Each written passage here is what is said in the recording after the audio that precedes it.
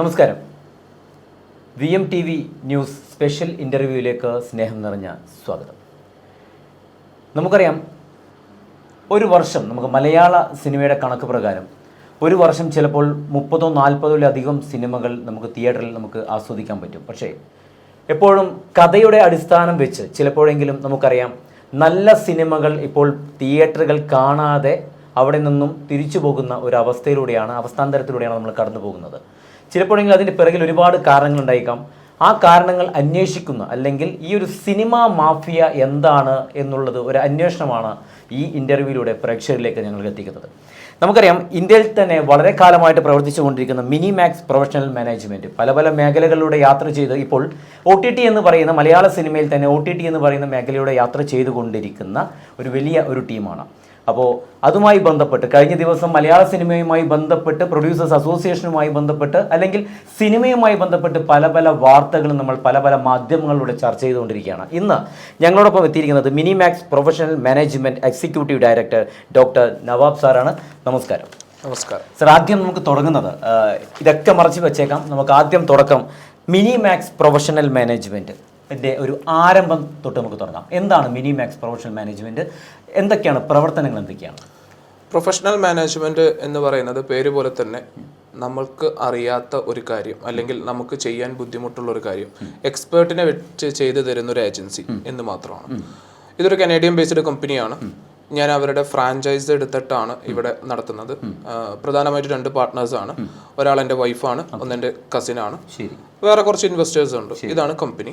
നമ്മൾ ഒട്ടുമിക്ക എല്ലാ മേഖലകളിലും പ്രവർത്തിക്കുന്നുണ്ട്. നമ്മളുടെ പ്രവർത്തന മേഖല എന്ന് പറയുന്നത് ഒരു ഉൽപ്പന്നം അല്ലെങ്കിൽ ഒരു സർവീസ് ഏറ്റവും മികച്ച രീതിയിൽ എങ്ങനെ മാർക്കറ്റ് ചെയ്യാം എന്നതാണ് സബ്ജക്ട്. പ്രൊഡക്റ്റുകൾ എന്തും സർവീസ്.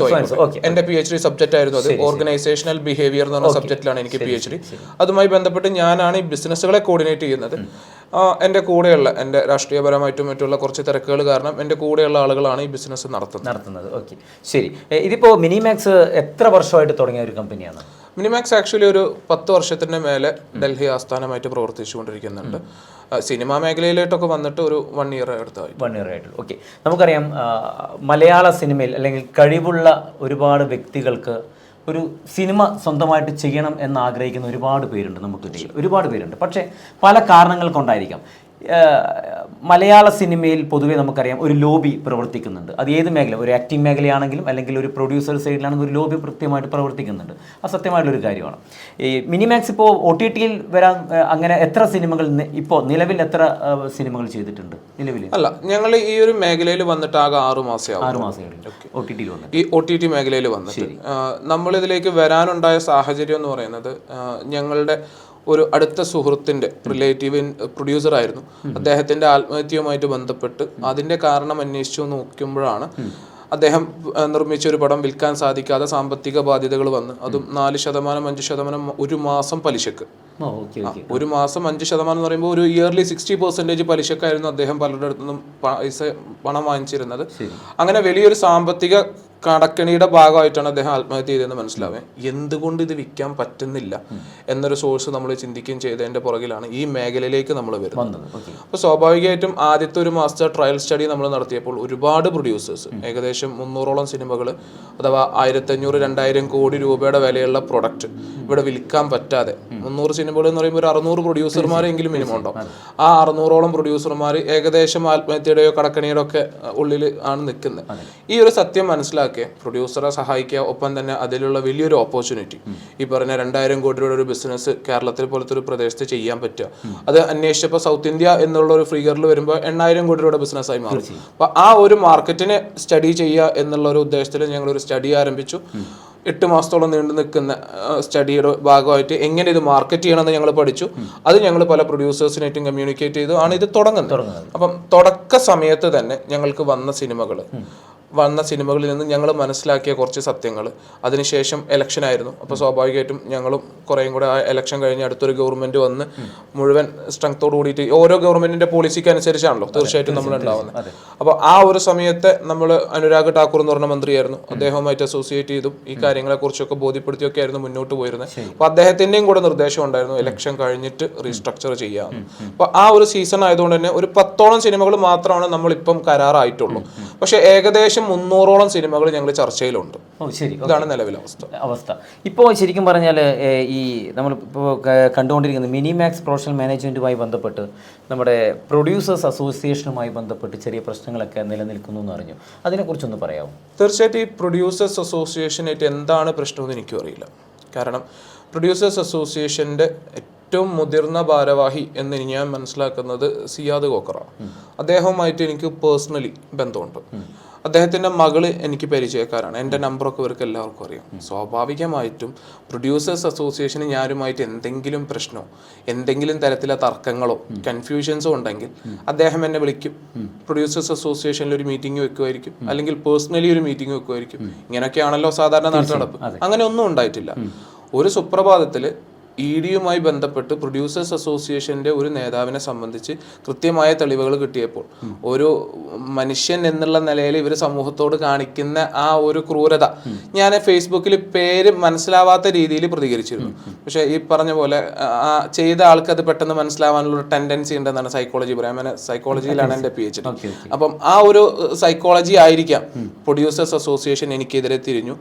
ആദ്യത്തെ ഒരു 4-5 ദിവസങ്ങൾ ഉണ്ടയില്ല വെടി എന്ന് പറയുന്ന പോലെ ഞാനാണെന്ന് എനിക്ക് മനസ്സിലാവുന്ന രീതിയിൽ മാസ് മീഡിയകളിൽ എന്നെ പറ്റിയിട്ടുള്ള വാർത്തകൾ, ഏറ്റവും പ്രധാനമായിട്ട് ഞാൻ ഒരു തീവ്രവാദ ചായ്വ് എനിക്ക് ഉണ്ടാക്കി തരാൻ 2014 മുതൽ BJP-യുമായിട്ട് ചേർന്ന് പ്രവർത്തിച്ചുകൊണ്ടിരിക്കുന്ന ഒരു വ്യക്തിയാണ് ഞാൻ. 2014 മുന്നേ എൻ്റെ സ്റ്റഡീസ് ആയിരുന്നു.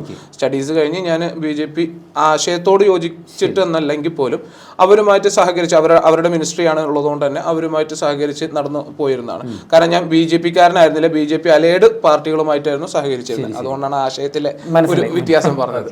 അപ്പൊ അങ്ങനെ മുന്നോട്ട് പോയിരുന്ന ഞാൻ ഒരു സുപ്രഭാതത്തിൽ എൻ്റെ പാർട്ട്നേഴ്സിന് എല്ലാവർക്കും മനസ്സിലാവുന്ന രീതിയിൽ എല്ലാ പ്രമുഖ പത്രങ്ങളിലും വരികയാണ്, ഇങ്ങനെ ഒരു കമ്പനി പ്രവർത്തിക്കുന്നുണ്ട്, പേരില്ല, കമ്പനി പ്രവർത്തിക്കുന്നത്, അതിന്റെ നേതാവ് ദേശീയ നേതാക്കളുമായിട്ട് ബന്ധമുണ്ട്, അദ്ദേഹത്തിന്റെ ഫേസ്ബുക്ക് പോസ്റ്റിൽ മന്ത്രിമാരുമായിട്ടുള്ള ഫോട്ടോസ് ഉണ്ട്. ഇങ്ങനെ തുടങ്ങി ഞാനുമായി കണക്ട് ചെയ്യാനുള്ള എന്തൊക്കെ മാർഗമുണ്ടോ, പക്ഷെ പേര് പറയുന്നില്ല. അത് അത്രയും കൃത്യമായി പറഞ്ഞതിന് ശേഷം പറയാണ് ഇദ്ദേഹം നിരോധിത സംഘടനയുടെ, എനിക്ക് തോന്നുന്നു പോപ്പുലർ ഫ്രണ്ട് ആയിരിക്കാം, ആ സംഘടനയുടെ ദേശീയ നേതാവായിരുന്നു. അപ്പോഴാണ് അതൊരു ദേശീയ പാർട്ടിയാണെന്നുള്ളത് പോലും എനിക്ക് മനസ്സിലാവുന്നില്ല. അപ്പൊ ആ ദേശീയ നേതാവ് ഞാൻ ഇന്ന് വരെ ആ പാർട്ടിയുടെ ബോർഡ് എഴുതി വെച്ച വഴി കൂടെ പോയിട്ടുണ്ടോ എന്ന് പോലും എനിക്കറിയില്ല. അങ്ങനത്തെ ഒരു അവസ്ഥയിൽ, കാരണം ഇത് വരുന്നേക്കാൾ ഒരാഴ്ച മുന്നേ പോലും ഞാൻ അവരെ ഒന്ന് കളിയാക്കിക്കൊണ്ടൊരു പോസ്റ്റ് ഇട്ടിരുന്നു. അതിന്റെ ഒരു ഭീഷണി നടന്നുകൊണ്ടിരിക്കുന്ന സമയത്താണ് ഈ ഒരു വാർത്ത ഞാൻ ദേശീയ നേതാവായിട്ട് അതിലേക്ക് അവരോധിക്കപ്പെടുന്നത്. അപ്പം എനിക്ക് ഈ പോകുന്ന റൂട്ട് ശരിയല്ല എന്ന് മനസ്സിലാവണം. സ്വാഭാവികമായിട്ടും അതിനെ ഞാനൊരു കോമഡി ആയിട്ട് എടുത്തിട്ടുള്ളൂ. ഞാനത് ഒരു കോമഡി രീതി തന്നെ വീണ്ടും അത് ഞാൻ എൻ്റെ FB-യിൽ ഷെയർ ചെയ്യുന്നു. പിറ്റേന്ന് ഇവർ അടുത്ത വാർത്ത കൊടുക്കുന്നു, വീണ്ടും ഞാനതൊരു കോമഡി ആയിട്ട് വീണ്ടും ഷെയർ ചെയ്യുന്നു. എന്തിനേറെ ഞാനതിൽ പറഞ്ഞിരുന്നു SDP പോപ്പുലർ ഫ്രണ്ട് എന്ന് പറയരുത്, ഇനി പറയുകയാണെങ്കിൽ ബോക്കോ ഹറം എന്നോ താലിബാൻ എന്നൊക്കെ പറയണം, കാരണം അതായിരിക്കും കൂടെ നല്ലത് വരെ ഞാൻ പറഞ്ഞുകൊണ്ടുള്ള ഒരു പോസ്റ്റ്, അതൊരു കോമഡി ആയിട്ട് ഞാൻ എടുത്തിരുന്നുള്ളൂ. 25-ാം തീയതി ഇവരൊരു സർക്കുലർ ഇറക്കുകയാണ്. ആ സർക്കുലറിൽ 24-ാം തീയതി വരെ ഇവർക്ക് പറഞ്ഞു നിന്ന സിസ്റ്റത്തിൽ നിന്നൊക്കെ വിഭിന്നമായിട്ട് 25-ാം തീയതി മിനിമാക്സ് എന്നുള്ള പേര് കാണിച്ചുകൊണ്ട് ഒരു സർക്കുലർ വരികയാണ്. അതിലെന്തായിരുന്നു ഉണ്ടായത്? OTT തട്ടിപ്പ് നടത്തിയിട്ടുണ്ട് മിനിമാക്സ്. എന്താണ് തട്ടിപ്പ്, എങ്ങനെയാണ് തട്ടിപ്പ്, ആരെയാണ് തട്ടിച്ചതെന്നൊന്നുമില്ല. അതിന് തെളിവ് ഞങ്ങളിലുണ്ട്. ഓക്കെ, ഇത്രയായിരുന്നു വിഷയം. പിന്നെ പുള്ളി തന്നെ അടുത്ത ഇന്റർവ്യൂവിൽ പറയുന്നത് ഞങ്ങൾക്ക് തെളിവേ കിട്ടിയിട്ടുള്ളൂ, പരാതി കിട്ടിയിട്ടില്ല. പ്രൊഡ്യൂസേഴ്സ് അസോസിയേഷൻ സെക്രട്ടറി രാകേഷ് പറയുന്നു. രാകേഷ് ഒരു ഇന്റർവ്യൂവിൽ പറയും ഞങ്ങൾക്ക് തെളിവ് കിട്ടിയിട്ടുണ്ട്. അടുത്ത ഇന്റർവ്യൂ അതേ സെയിം ചാനലിനെ കുറച്ച് കഴിഞ്ഞിട്ട് പറയും തെളിവ് കിട്ടിയിട്ടുണ്ട് പക്ഷെ പരാതി തന്നിട്ടില്ല. ഇതിന്റെ ഒക്കെ ക്ലിപ്പിംഗ്സ് എൻ്റെ കയ്യിലുണ്ട്. ഇങ്ങനെ ഒരു ടേമിലേക്ക് എത്തുമ്പോൾ എനിക്ക് തോന്നി എന്തോ കൺഫ്യൂഷൻസ് ഉണ്ട്. കാരണം പുള്ളി ഇങ്ങനെ അവിടെ ഇവിടെയും തൊടാതെ സംസാരിക്കുന്നു എന്ന് പറഞ്ഞപ്പോൾ അന്ന് തന്നെ ഞാൻ എൻ്റെ ലെറ്റർ പാഡിൽ ഒരു ലെറ്റർ കൊടുക്കുകയാണ്. നിങ്ങൾക്ക് എന്താണ് പ്രശ്നം എന്നുള്ളത് നമുക്ക് സംസാരിക്കാം, എന്ത് ഡോക്യുമെന്റ് ആണ് ഞാൻ തരേണ്ടത് എന്നുള്ളത് സംസാരിക്കാം. ഇനി നിങ്ങൾക്ക് എന്തെങ്കിലും പരാതി ഉണ്ടെങ്കിൽ അതുമായിട്ട് ബന്ധപ്പെട്ടും സംസാരിക്കാം. നിങ്ങൾ എപ്പോൾ വിളിച്ചാലും ഞാൻ ഹാജരാവാൻ തയ്യാറാണെന്ന് പറഞ്ഞ് ഞാനൊരു ലെറ്റർ കൊടുക്കുകയും പിറ്റേന്ന് ഞാൻ കേരളത്തിലെത്തിയായിരുന്നു. 10 ദിവസമായിട്ട് ഞാൻ കേരളത്തിലുണ്ട്. ഇതുവരെ എനിക്കൊരു ഇൻഫർമേഷനും ഇല്ല, ഒരാളുടെ ഭാഗത്തുനിന്നും ഒരു ഇൻഫർമേഷനും ഇല്ല. പകരം ED കേസിന് ഞാൻ കൊടുത്ത പരാതി കോംപ്രമൈസ് ചെയ്യാൻ കൊടുത്തിരിക്കുന്ന പരാതി എന്തായിരുന്നു? ഞാൻ സിനിമ ഞാൻ പറഞ്ഞല്ലോ തുടക്കത്തിൽ തന്നെ നമുക്ക് വന്ന കുറച്ചധികം സിനിമകൾ, ഈ സിനിമകളുടെ ഒരു പൊതു സ്വഭാവം, ഒരു സിനിമ എന്നല്ല പൊതുവെ ഒരു 10 സിനിമ എടുത്തു കഴിഞ്ഞാൽ അതിൻ്റെ ഒക്കെ ഒരു പൊതു സ്വഭാവം എന്ന് പറയുന്നത് നമുക്ക് മനസ്സിലാവും ആ സിനിമയ്ക്ക് 25 കോടി രൂപ ചെലവ് വന്നിട്ടുണ്ട്. അവർ പറയുന്നതും 25 കോടി രൂപ ചെലവ് വന്നിട്ടുണ്ട്, 30 കോടി രൂപക്കോ 28 കോടി രൂപക്കോ അവരുടെ ലാഭം വെച്ച് വിൽക്കണം. പക്ഷെ അക്കൗണ്ട്സ് ചെക്ക് ചെയ്യുമ്പോൾ 10 കോടി രൂപ ഉണ്ടാവുള്ളൂ. ഞങ്ങളെ സംബന്ധിച്ച് ഞങ്ങളുടെ ജോലി തന്നെ ഓഡിറ്റിങ്ങും അക്കൗണ്ട്സും മാർക്കറ്റിങ്ങും ഒക്കെയാണ്. അപ്പം ഞങ്ങൾക്കൊരിക്കലും 10 കോടി രൂപ കണക്കിൽ കാണിച്ചൊരു ബിസിനസ് 25 കോടിക്കോ 30 കോടിക്കോ എടുക്കാൻ പറ്റില്ല. കാരണം എനിക്ക് എൻ്റെ ഇൻവെസ്റ്റേഴ്സിനെ തൃപ്തിപ്പെടുത്തണം. അവരോട് എനിക്കിത് പോയി പറയാൻ പറ്റില്ല. പുറം രാജ്യങ്ങളിലില്ല അല്ലെങ്കിൽ നമ്മളെ കേരളത്തിലല്ലാത്ത ആളുകളെടുത്ത് ഞാൻ പോയിട്ട് മലയാള സിനിമ ഇൻഡസ്ട്രി ഒന്നും പഠിപ്പിക്കാൻ പറ്റില്ല. പലരും ഒരുപാട് പ്രായമുള്ളവരായിരിക്കും. എനിക്ക് തമ്പ് മാത്രം വെക്കുന്ന ഇൻവെസ്റ്റർ ഉണ്ട്. പുള്ളിക്ക് പേരെഴുതി ഒപ്പിടാൻ അറിയാത്തതുകൊണ്ടാണ്. അയാളോട് ഈ മീഡിയ ഒന്നും എനിക്ക് പോയി പറയാൻ പറ്റില്ല. അപ്പം സ്വാഭാവികമായിട്ടും പ്രോപ്പറായിട്ടുള്ള കണക്കല്ല എന്നുള്ളത് കൊണ്ട് നമ്മൾ പിന്മാറേണ്ട ഒരു അവസ്ഥ പല സിനിമകളിലും വന്നു. ഞാൻ അതിനെപ്പറ്റി ഒന്നുകൂടെ അന്വേഷിച്ചപ്പം ഈ വന്നതെല്ലാം തന്നെ കള്ളപ്പണങ്ങളാണ്, അല്ലെങ്കിൽ പല ഈ പറഞ്ഞ പോലെ നിരോധിത സംഘടനകളടക്കമുള്ള പലർക്കുമുള്ള പല നേതാക്കൾക്കുമുള്ള ഇൻവെസ്റ്റ്മെന്റ്സ് ആണ് എന്നൊക്കെ തുടങ്ങി ഞെട്ടിക്കുന്ന വിവരങ്ങൾ ഞാൻ കണ്ടപ്പോൾ അതിൽ എടുത്തു പറയാൻ വേണ്ടിയിട്ട് ഒരാൾ ആഗ്രഹിക്കുന്നില്ല. ഇല്ല, ഞാൻ ഒരുപാട് ഇൻവെസ്റ്റേഴ്സിനെ കണ്ടായിരുന്നു. അതിൻ്റെ ഒരു പ്രോസസ്സിങ് എനിക്ക് ഭയങ്കരമായിട്ട് ഇഷ്ടപ്പെട്ടതെന്ന് വെച്ച് കഴിഞ്ഞാൽ, ഫോർ എക്സാമ്പിൾ ഞാനുമായിട്ട് MOU ചെയ്ത ഒരു പ്രൊഡ്യൂസർ, അദ്ദേഹം ചെന്നൈ ബേസ്ഡ് ഫൈനാൻസറാണ്. ശരി. അദ്ദേഹം ചെന്നൈ ബേസ്ഡ് ഫൈനാൻസ് ചെയ്യുന്ന, ടു ബി ഹോണസ്റ്റ്ലി, മറ്റൊരു റിലീജിയായിട്ട് പെട്ടുന്ന, ഈ ഒരു ഫണ്ടിങ് സോഴ്സിന്റെ ഒരു റിലീജിയൻ അല്ലാത്ത വേറൊരു റിലീജിയനിൽ പെടുന്ന ആള്, പക്ഷെ ഫണ്ടിങ് സോഴ്സ് ഒക്കെ സെയിം സോഴ്സിലാണ്. ഇങ്ങനെ ഒരു സെനാരിയോയിലാണ് ഈ കാര്യങ്ങൾ മൊത്തത്തിൽ നടന്നിരുന്നത്. അപ്പം ഞാൻ ആരെയും ബുദ്ധിമുട്ടിക്കേണ്ട എന്നുള്ളതുകൊണ്ട്, ഒപ്പം തന്നെ എന്നെ പ്രൊട്ടക്ട് ചെയ്യേണ്ട ബാധ്യത എനിക്കുണ്ട്. കാരണം നാളെ ഇത് എന്തെങ്കിലും ഒരു ഇഷ്യൂ വരുമ്പോൾ ഞാൻ ഇതിൽ കണ്ടക്ട് ചെയ്ത സ്റ്റഡീസും ഞാൻ മനസ്സിലാക്കിയ കാര്യങ്ങളും ഞാൻ ചെയ്ത MOU ഒക്കെ എനിക്കെതിരെ നിൽക്കും. അതുകൊണ്ട് തന്നെ ആരെയും ബുദ്ധിമുട്ടിക്കേണ്ട, എന്നെ സേഫ് ആക്കുക എന്നുള്ള ഒരൊറ്റ ഉദ്ദേശത്തിന്റെ പുറത്ത് ഞാനൊരു പരാതി ഡ്രാഫ്റ്റ് ചെയ്തു. ആരെപ്പറ്റിയും പറഞ്ഞിട്ടില്ല, ഒരു വ്യക്തിനെ പറ്റിയും പറഞ്ഞിട്ടില്ല. ഞാൻ മനസ്സിലാക്കിയ സത്യങ്ങൾ, അതും സിനിമകളുടെ പേരോ കാര്യങ്ങളൊന്നുമില്ല, ഇങ്ങനെ ഒരു സംഭവം നടക്കുന്നുണ്ട്. If you interested you can enquiry എന്ന് പറഞ്ഞിട്ടൊരു മെയിൽ ഞാൻ CBIക്കും എൻഫോഴ്സ്മെന്റ് ഡയറക്ടറേറ്റിനും കൊടുത്തായിരുന്നു. ഇതിനുശേഷം CBIയും എൻഫോഴ്സ്മെന്റ് ഡയറക്ടറേറ്റും എന്നെ വിളിച്ച് വിവരങ്ങൾ എടുത്തിരുന്നു. അതിന്റെ അലയൊലികളാണ് പിന്നീട് ഇവിടെയൊക്കെ നടന്നത്. ഇത് ഏറ്റവും രൂക്ഷമായത് ഈ ജൂൺ മാസത്തിലാണ്. ആ രൂക്ഷതയാണ് ഇപ്പോൾ പ്രൊഡ്യൂസേഴ്സ് അസോസിയേഷൻ എനിക്കെതിരെ തിരിയാനുള്ള ഏക കാരണം. അതല്ലാതെ ഞാൻ ഇവിടുത്തെ ഒരു പ്രൊമിനന്റ് പ്രൊഡ്യൂസറോ, ഞാൻ പ്രൊഡ്യൂസേഴ്സ് അസോസിയേഷൻ എന്ന് പറയുന്ന ഒരു സംഘടന, അഥവാ കോടീശ്വരന്മാർ മാത്രമുള്ള ഒരു സംഘടന, അത്രയും ഫൈനാൻഷ്യൽ ബാക്കപ്പ് ഉള്ള ഒരു സംഘടന എനിക്കെതിരെ തിരിയാൻ, അല്ലെങ്കിൽ ഞാൻ അവരെ ശത്രുവായിട്ട് കാണാൻ മാത്രം ഒന്നും ഇതിലില്ല. പ്രത്യേകിച്ച് ഈ സിനിമ എൻ്റെ ഒരു സെക്കൻഡറി ബിസിനസ്സാണ്, പ്രൈമറി ബിസിനസ് അല്ല. അപ്പം അത്രയും വലിയൊരു സംഘടനയെ എതിർക്കേണ്ട ഒരു കാര്യമോ അല്ലെങ്കിൽ സംഘടനയ്ക്ക് എന്നോട് വിരോധം തോന്നേണ്ട കാര്യമോ ഇല്ല. പക്ഷേ സംഘടനയിൽപ്പെട്ട നേതാക്കൾക്ക് എൻ്റെ പരാതി നന്നായി എഫക്റ്റ് ചെയ്തിട്ടുണ്ടെന്നാണ് പിന്നീട് എനിക്ക് മനസ്സിലായത്. ഇപ്പോൾ ലേറ്റസ്റ്റ് ഇപ്പോൾ അവർക്ക് പരാതി നൽകി എന്ന് പറഞ്ഞിട്ടുണ്ടായിരുന്നു. താങ്കൾ തന്നെ പറഞ്ഞു, ആ ഒരു പ്രൊഡ്യൂസേഴ്സ് അസോസിയേഷനുമായി ബന്ധപ്പെട്ട് ഏറ്റവും തലമുതിർന്ന ആളായിട്ട് താങ്കൾക്ക് നല്ല ബന്ധമുണ്ട്, കോണ്ടാക്റ്റ് ഉണ്ടെന്ന് പറഞ്ഞു. എന്നിട്ടും അദ്ദേഹമായിട്ട് സംസാരിച്ചിരുന്നോ താങ്കൾ? ഇങ്ങനെ ഒരു പരാതി വന്നു അല്ലെങ്കിൽ എനിക്കെതിരെ തിരിയുന്നുണ്ട്, അങ്ങനെ ഏതെങ്കിലും രീതിയിൽ സംസാരിച്ചിട്ടില്ല? ഇല്ല, ഞാനത് കാരണം എന്താണെന്ന് വെച്ച് കഴിഞ്ഞാൽ, ഞാനിവിടെ വരുന്നേക്കാൾ മുന്നേ തന്നെ പ്രൊഡ്യൂസേഴ്സ് അസോസിയേഷൻ മറ്റ് പല പ്രൊഡ്യൂസർമാർ ഞാനുമായിട്ട് കോണ്ടാക്ട് ഇല്ലെങ്കിലും എനിക്ക് വേണ്ടപ്പെട്ട ഞാൻ ചോദിച്ചോട്ടെ, ഈ പ്രൊഡ്യൂസേഴ്സ് അസോസിയേഷനിൽ നിശ്ചിത ആൾക്കാർ മാത്രമാണോ താങ്കൾക്കെതിരെ? തീർച്ചയായിട്ടും നേതാക്കൾ മാത്രമേ ഉള്ളൂ. ഈവൻ അവരുടെ സീനിയർ കാറ്റഗറിയിൽ പെട്ട ഒരു, അതായത് ഈ ഭാരവാഹിത്വത്തിൽ ഇരിക്കുന്ന 2 പേര് ഞങ്ങളുമായി ബന്ധപ്പെട്ട് ഞങ്ങൾ നിസ്സഹായരാണ്. അവർ പറഞ്ഞു കൂടെ നിൽക്കൽ മാത്രമേ ഞങ്ങൾക്ക് പോസിബിലിറ്റി ഉള്ളൂ. ഒരു പ്രസ്തുത വ്യക്തിക്ക് നിങ്ങളോടുള്ള വിരോധമാണ് ഞങ്ങൾക്ക്, പക്ഷെ അയാളെ എതിർക്കാൻ പറ്റില്ല. അദ്ദേഹം ഒരു 6 or 7 അല്ലെങ്കിൽ 5 സിനിമകൾ മിനിമം ഒരു കൊല്ലം ചെയ്യുന്ന 32. ആരാണെന്ന് താങ്കൾക്ക് അറിയാം? തീർച്ചയായിട്ടും അറിയാം. ആ പേര് വെളിപ്പെടുത്താൻ ലിസ്റ്റിൻ സ്റ്റീഫൻ. കാരണം ഞാനത് അത്രയും വ്യക്തമാക്കിയിട്ട് കഴിഞ്ഞ ഒരു ഇന്റർവ്യൂവിലും കൂടെ പറഞ്ഞതാണ്, പുള്ളിയാണ് കാരണക്കാരൻ. ഇത്ര വിരോധം വരാൻ കാരണം എന്താണ്? പുള്ളിക്കാണ് ED കേസ് ഏറ്റവും കൂടുതൽ ബാധിച്ചിട്ടുള്ളത്. അത് തന്നെയാണ് വിരോധം. അല്ലാതെ ലിസ്റ്റിൻ സ്റ്റീഫനൊക്കെ പോലത്തെ ഒരു, എന്താ പറയുക, അത്രയും ബോൾഡായിട്ടുള്ള, അത്രയും ഫൈനാൻഷ്യലി സെറ്റിൽഡ് ആയിട്ടുള്ള ഒരാൾക്ക് എന്നെപ്പോലത്തെ ഒരാളോട് എന്തിനാണ് വിരോധം തോന്നേണ്ട ആവശ്യം? അല്ലെങ്കിൽ ഈ അസോസിയേഷൻ എന്നോട് എന്തിനാണ് വിരോധം തോന്നേണ്ട ആവശ്യം? ഈ അസോസിയേഷനും മിനിമാക്സ് തമ്മിൽ ലിറ്ററലി എന്താ പ്രശ്നം? ഇതൊന്നും ഞങ്ങൾക്കും അറിയില്ല.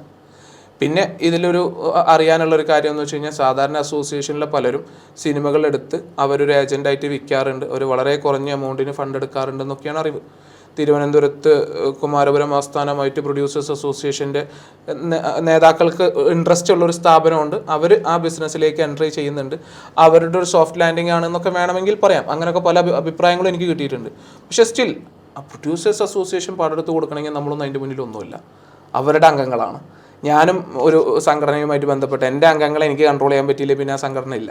അപ്പോൾ തീർച്ചയായിട്ടും അത്രയും സ്ട്രോങ് ആയിട്ടുള്ള സംഘടന. ഇദ്ദേഹത്തിന് മാത്രം താങ്കളോട് ഒരു ദേഷ്യം വന്നിട്ടും ഈ അസോസിയേഷന്റെ ഭാഗത്തുനിന്ന് അദ്ദേഹത്തോട് സംസാരിക്കുകയോ അല്ലെങ്കിൽ അങ്ങനെയുള്ള ഒരു നിയമവശം അല്ലെങ്കിൽ അങ്ങനെയുള്ള അദ്ദേഹത്തിൻ്റെതായിരിക്കും അസോസിയേഷൻ, അദ്ദേഹത്തിന്റെ ഒരു പ്രൈവറ്റ് കമ്പനി. ലിസൺ സ്റ്റീഫൻ എന്ന് പറയുന്ന വ്യക്തിൻ്റെതാണോ ഈ നമ്മുടെ അസോസിയേഷൻ, പ്രൊഡ്യൂസേഴ്സ് അസോസിയേഷൻ? തീർച്ചയായിട്ടും.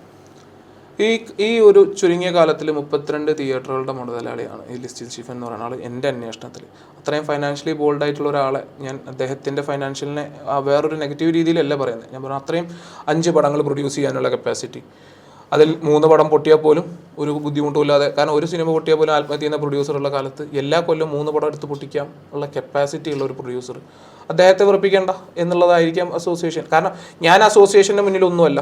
അപ്പോൾ സ്വാഭാവികമായിട്ടും നമ്മൾക്ക് ഏറ്റവും കൂടുതൽ വേണ്ടപ്പെട്ട ആളുകളെ സംരക്ഷിക്കുക എന്നാണല്ലോ, അതായിരിക്കാം. കാരണം ഈ വിഷയവുമായി ബന്ധപ്പെട്ട് ഞാൻ മീഡിയയിൽ ബന്ധപ്പെട്ടപ്പോൾ പല മീഡിയാസ് എന്നോട് ചോദിച്ചൊരു ചോദ്യം, ഒരു പക്ഷേ ഒരു ദിവസം നിങ്ങൾ ഞങ്ങളെ സ്പോൺസർ ചെയ്യുമായിരിക്കും. അവർ ഞങ്ങൾക്ക് എല്ലാ ആഴ്ചകളിലും പരസ്യങ്ങൾ തരുന്നത്, എല്ലാ ആഴ്ചയിലും നമ്മളെ ഫൈനാൻഷ്യലി സപ്പോർട്ട് ചെയ്യുന്നത്. അതുകൊണ്ട് വി ആർ സോറി. അങ്ങനെയാണ് ഞാൻ കൊച്ചിയിലുള്ള ഞാൻ തിരുവനന്തപുരത്ത് പത്രസമ്മേളനം നടത്തേണ്ട ഗതികേട് വരുന്നത്.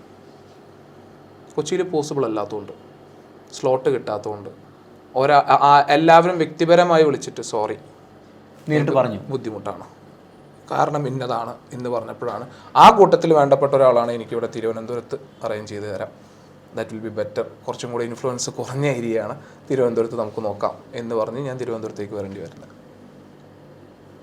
അതാണ് തിരുവനന്തപുരത്ത് എത്തിയത്. തീർച്ചയായിട്ടും. ഓക്കെ, ഈ നമ്മളിപ്പോൾ സിനിമയെക്കുറിച്ച് പറയുമ്പോഴേ എന്തോ ഇപ്പം സിനിമാ മേഖലയുമായി ബന്ധപ്പെട്ട് അല്ലെങ്കിൽ OTT പ്ലാറ്റ്ഫോമുമായി ബന്ധപ്പെട്ട് താങ്കൾ കുറേ ഇപ്പോൾ നിശ്ചിത മാസങ്ങളായിട്ടും ഓക്കെ, എന്തുകൊണ്ടായിരിക്കും നല്ല സിനിമകൾ തിയേറ്ററിൽ ഓടാത്തത്? എനിക്ക് തോന്നുന്നു ഇപ്പോൾ ഇറങ്ങിയ സിനിമകളിലൊക്കെ നല്ല കഥയുള്ള നല്ല പ്രമേയമുള്ള സിനിമകളുണ്ടായിട്ടും ഈ ഒരു കോക്കസ് ടീം അല്ലെങ്കിൽ ഇന്ന സിനിമ അല്ലെങ്കിൽ ഇന്ന താരങ്ങളുടെ സിനിമ മാത്രമേ നമുക്ക് തിയേറ്ററിൽ ഓടിക്കുക, ഞാൻ പറഞ്ഞ റിവ്യൂസിൻ്റെ ഒക്കെ കാര്യമാണ്, അതിൻ്റെ പുറകിൽ ഒരു ടീം പ്രവർത്തിക്കുന്നുണ്ടോ?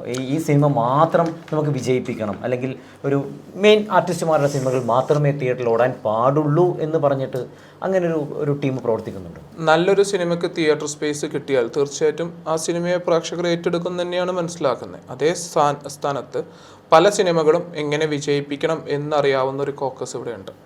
തിയേറ്ററിൽ ആളെ കയറ്റുന്ന അല്ലെങ്കിൽ റിവ്യൂസ് കൃത്യമായിട്ട് ചെയ്യാൻ അറിയാവുന്ന ഒരു ടീംസും ഉണ്ട്.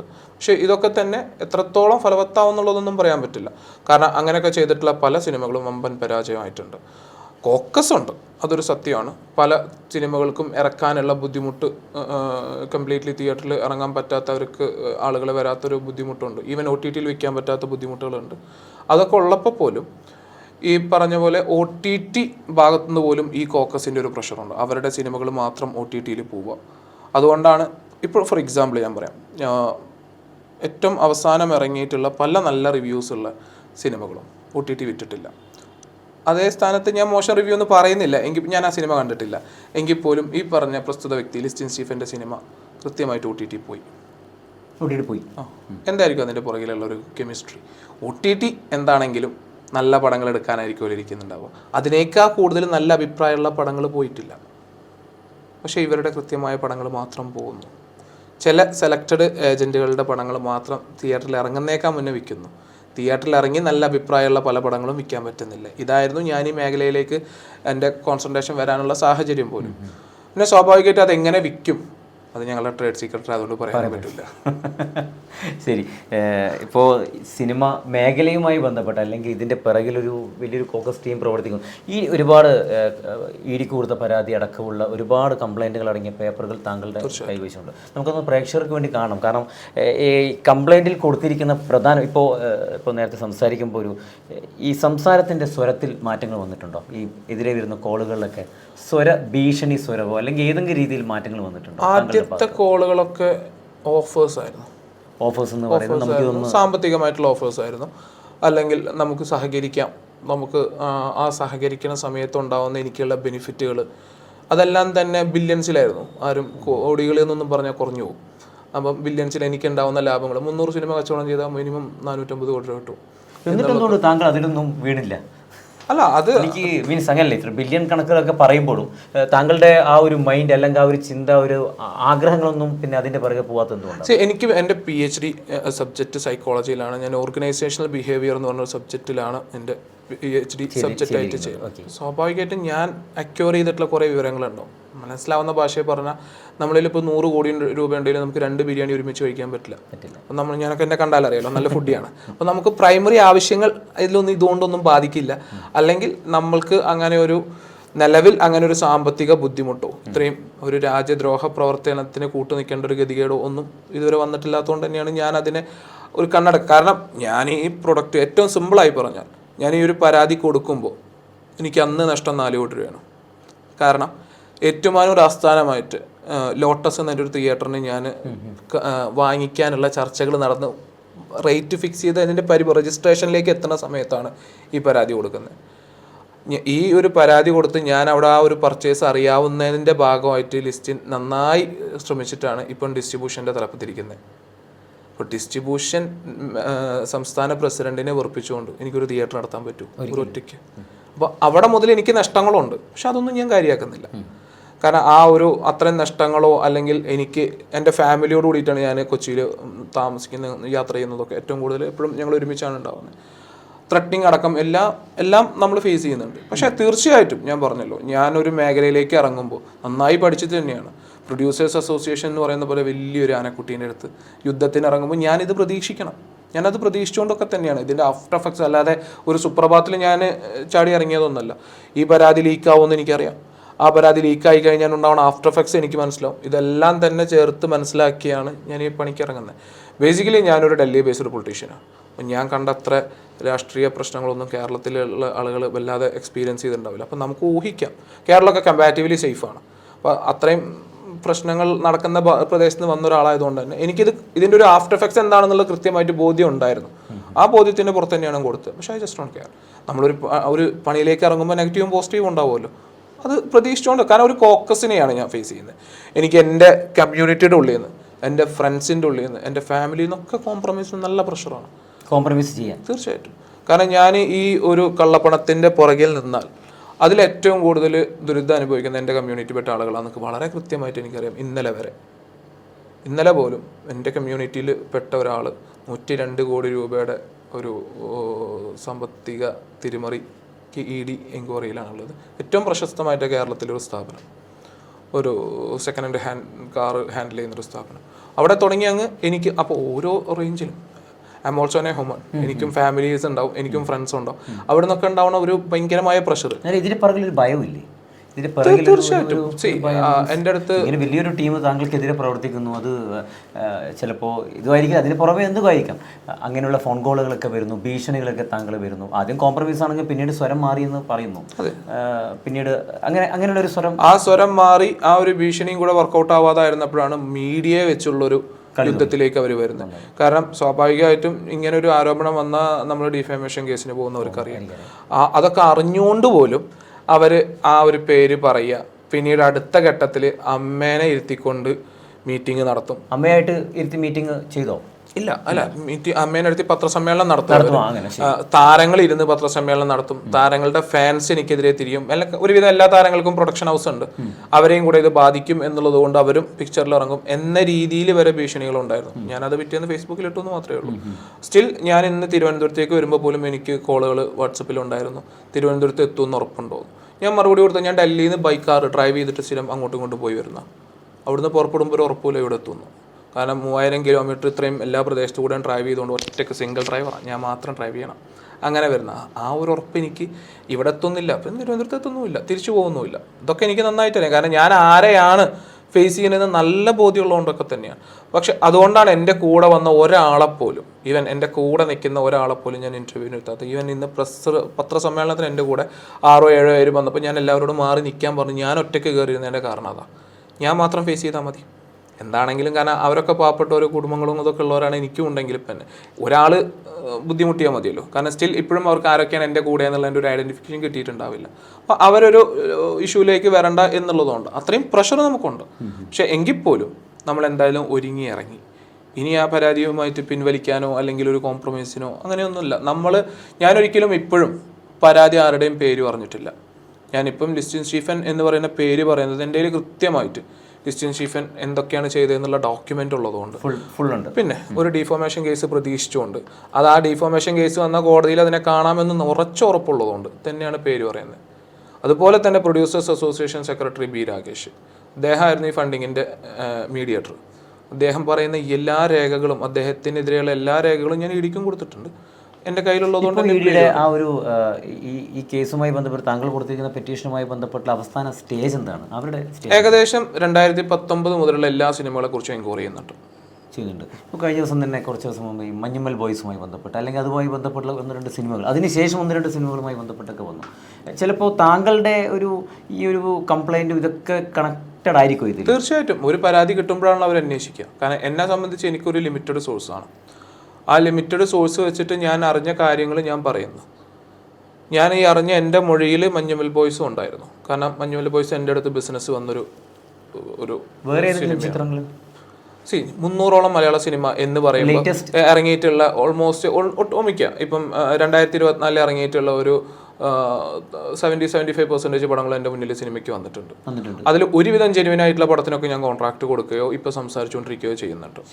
അതിനെതിരെ തന്നെയാണ് പ്രൊഡ്യൂസേഴ്സ് അസോസിയേഷൻ്റെ ഈ ഒരു യുദ്ധവും എനിക്കെതിരെ അവർ പ്രഖ്യാപിച്ചിട്ടുള്ളത്. ശരിക്കും പറഞ്ഞു കഴിഞ്ഞാൽ എന്നെ പ്രൊഡ്യൂസേഴ്സ് അസോസിയേഷൻ ഒരു ആദരിക്കുകയോ ഒരു ഗിഫ്റ്റ് തരികയൊക്കെ ചെയ്യേണ്ടത്. കാരണം അവരുടെ അംഗങ്ങളെ സഹായിക്കാനാണ് ഞാൻ ശ്രമിച്ചിട്ടുള്ളത്. കാരണം ഞാൻ കാരണം കൊണ്ട് പ്രൊഡ്യൂസേഴ്സ് അസോസിയേഷനിലുള്ള ഒരാൾക്കും ബുദ്ധിമുട്ടുണ്ടായിട്ടില്ല. ഞാൻ അറിഞ്ഞ കുറച്ച് ഇല്ലീഗൽ ആക്ടിവിറ്റീസ് ഞാൻ പറഞ്ഞു. എഗെയിൻ ഇല്ലീഗൽ ആക്ടിവിറ്റീസ് എൻ്റെ പരാതിയുടെ കോപ്പി ഞാൻ പറയാം. അതിലൊരു ആളുടെ പേര് പറഞ്ഞിട്ടില്ല. ഇല്ലീഗൽ ആക്ടിവിറ്റീസ് ഉണ്ടെങ്കിൽ നിങ്ങൾ താല്പര്യം ഉണ്ടെങ്കിൽ അന്വേഷിക്കുക ഓൺ നാഷണൽ ഇൻട്രസ്റ്റ് എന്ന് മാത്രമേ പറഞ്ഞിട്ടുള്ളൂ. അപ്പം ED എൻക്വയറി ചെയ്തിട്ട് അതിൽ എന്തെങ്കിലും ഉള്ളതുകൊണ്ടായിരിക്കുമല്ലോ കണ്ടിന്യൂസ് ആയിട്ട് ED ഇതിൻ്റെ പുറകെ നിൽക്കുന്നത്. രാഷ്ട്രീയ പ്രേരിതമായിട്ടുള്ള എന്തെങ്കിലും ഉണ്ടോ ഇതിൽ? രാഷ്ട്രീയ പ്രേരിതം എന്ന് അല്ല, എനിക്ക് പേഴ്സണലി അതും കൂടെ പറയും. കാരണം ഈ പ്രൊഡ്യൂസേഴ്സ് അസോസിയേഷനിൽ ഇപ്പം എനിക്ക് ഏറ്റവും പ്രശ്നമുള്ളത് BJP പാർട്ടിയുടെ സംസ്ഥാന സമിതി അംഗമായിട്ടുള്ള പ്രൊഡ്യൂസേഴ്സ് അസോസിയേഷൻ്റെ ഒരു തലമുതിർന്ന നേതാവ്, ഞാനും ഒരു BJP അലൈഡ് ആയതുകൊണ്ട് തന്നെ പൊളിറ്റിക്കലി നല്ല പ്രഷറാണ് എനിക്ക്. പല വേണ്ടപ്പെട്ട ആളുകളും പാർട്ടിയിലെന്ന് പറയുന്നത് രാഷ്ട്രീയ സുഹൃത്തുക്കൾ അവർ പല പ്രശ്നമാണ്. എല്ലാവരെയും വെറുപ്പിക്കുമ്പോൾ ഞാനതിന് കൊടുക്കേണ്ട വാല്യൂ എൻ്റെ കരിയറാണ്. സ്വാഭാവികമായിട്ടും അതും എനിക്കുണ്ട്. അപ്പോൾ കാരണം എന്നെ എങ്ങനെ സ്വാഭാവികമായിട്ടൊരു ഇഷ്യൂ വരുമ്പോൾ പ്രൊഡ്യൂസേഴ്സ് അസോസിയേഷൻ എന്ത് ചിന്തിക്കും, എങ്ങനെയൊക്കെ എന്നെ കോർണർ ചെയ്യാം, പൊളിറ്റിക്കലി കോർണർ ചെയ്യാൻ വേണ്ടിയിട്ടാണ് അദ്ദേഹത്തിൻ്റെ നേതൃത്വത്തിലുള്ളൊരു ടീം. അങ്ങനെ ഓരോ റേഞ്ചിലും ഫാമിലി വൈസ് ചെയ്തിട്ടാണെങ്കിലും അല്ലാത്ത രീതിയിലാണെങ്കിലും ഫ്രണ്ട്സിൻ്റെ ഇടയിലാണെങ്കിലും ഈവൻ ലീഗലി ഒരു അഡ്വക്കേറ്റ് വിളിക്കുന്ന പോലെ അപ്പം തന്നെ അടുത്തൊരു കോംപ്രമൈസിൻ്റെ ഒരു ലെവലും വിളിക്കും. എല്ലാ തരത്തിലും നടക്കുന്നുണ്ട്. പക്ഷേ തീർച്ചയായിട്ടും ഞാൻ പറഞ്ഞല്ലോ, എന്ത് തിരിച്ചടി ഉണ്ടായാലും ഞാൻ എൻ്റെ പരാതി പിൻവലിക്കില്ല. ED അന്വേഷണം ഒരു പക്ഷേ എവിടെയെങ്കിലും എത്താം. എനിക്ക് ആരെയും കൊടുക്കണമെന്നില്ല. കാരണം എന്നെ സംബന്ധിച്ച് ഞാൻ അറിഞ്ഞ കാര്യങ്ങൾ പറഞ്ഞു എന്നുള്ളൂ. ഞാൻ ഇതൊന്നും പ്രതീക്ഷിച്ച് പറഞ്ഞതല്ല. ഞാൻ എൻ്റെ മേലേക്ക് വരാതിരിക്കുക. നാളെ എന്നെ പറ്റി ഒരു എൻക്വയറി വരുന്ന സമയത്ത് എനിക്ക് പറയാമല്ലോ, ഞാൻ അറിഞ്ഞു, ഞാനത് കംപ്ലയിൻറ്റ് ചെയ്തു, ഞാൻ ആ സബ്ജക്റ്റ് വിട്ടു എന്ന്. കാരണം ഞാൻ ആ ഫീൽഡിൽ നിൽക്കുവാണ്. അപ്പോൾ സ്വാഭാവികമായിട്ടും നാളെ വേറെ ഏതെങ്കിലും ഒരു എൻക്വയറി വരുമ്പോൾ ഇപ്പോഴത്തെ അവസ്ഥയിൽ on 2024 ജൂണോ അല്ലെങ്കിൽ ജൂലൈയിലെ അസറ്റ് വെച്ചിട്ട് ഇറങ്ങുന്ന സിനിമകളുടെ 80% ബിസിനസ് വരുന്ന ഒരു കമ്പനിയാണ് ഞങ്ങളത്. ഇറങ്ങുന്ന 10 സിനിമ ഇറങ്ങിയ 8 സിനിമയും ഞങ്ങളുമായി ചർച്ച ചെയ്യും. ഞാൻ അവരുമായിട്ടുള്ള എല്ലാ ഡോക്യുമെൻറ്റ്സും ഹാജരാക്കാൻ തയ്യാറാണ്. എന്നെ വിളിക്കുന്ന ഓരോ പ്രൊഡ്യൂസേഴ്സിൻ്റെയും ഞാനുമായി അല്ലെങ്കിൽ എൻ്റെ ഏജൻസുമായിട്ട് കൃത്യമായിട്ടുണ്ട്. അപ്പോൾ അങ്ങനെ ഒരു സ്ഥാപനം സ്വാഭാവികമായിട്ട് ഇവിടെ ഒരു കള്ളപ്പണത്തിൻ്റെ പ്രശ്നമുണ്ടെന്ന് പറഞ്ഞാൽ ആദ്യം സംശയിക്കുക ഞങ്ങളെ. കാരണം ഞങ്ങളാണ് ഏറ്റവും ലീഡിങ് റോൾ ചെയ്യുന്നത്. ഞങ്ങളുടെ റെസ്പോൺസിബിലിറ്റി ഞങ്ങൾ കാണിച്ചു എന്ന് മാത്രമേ ഉള്ളൂ. ഇതിൽ ആരെയും കുരുക്കണമെന്നോ ആരോടെങ്കിലും ദേഷ്യം തീർക്കണമെന്നോ. കാരണം എനിക്ക് ഇവരാരും വ്യക്തിപരമായിട്ട് അറിയില്ല. ഞാൻ ഈ സിനിമയിൽ വന്നതാണ് സിയാദിനെ പോലും പരിചയപ്പെടുന്നത്. പുള്ളീനെ മാത്രമാണ് എനിക്ക് പ്രൊഡ്യൂസേഴ്സ് അസോസിയേഷനിൽ അറിയാവുന്ന ഒരാൾ, നേരിട്ട് അറിയാവുന്ന, നേരിട്ട് കണ്ടിട്ടുള്ള ഒരാൾ. ബാക്കിയുള്ള ഒരാളെ ഞാൻ കണ്ടിട്ടില്ല. ലിസ്റ്റിൻ ഷീഫിനെ ഞാൻ കണ്ടിട്ടില്ല. ഞാൻ കണ്ടിട്ടില്ല. ലിസ്റ്റിൻ ഷീഫിനുമായി ബന്ധപ്പെട്ട ഒരു സിനിമയുടെ ഡിസ്കഷൻസ് ആദ്യ കാലഘട്ടത്തിൽ ഉണ്ടായിരുന്നു. അവിടെ നിന്നാണ് ഞങ്ങൾ ശത്രുക്കളായി മാറുന്നത്. അപ്പോൾ തന്നെ ആദ്യത്തെ സിനിമ ലിസ്റ്റിൻ ഷീഫിനുമായി ബന്ധപ്പെട്ട ഒരു സിനിമയുടെ ഡിസ്കഷനിലാണ് നമ്മൾ 2 ചേരിയിലേക്ക് ഒരു ഇഷ്യൂസ് വരുന്നതിൻ്റെ കാരണം തന്നെ അങ്ങനെയാണ്. അപ്പം ആ ഒരു ഘട്ടം മുതൽ പക്ഷെ അത് അവിടെ തീർന്നു.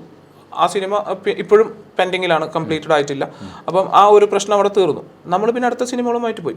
ഇതല്ലാതെ അങ്ങനെ അതിൽ ഒറ്റ തവണ ഞാൻ സംസാരിച്ചിട്ടുണ്ട്.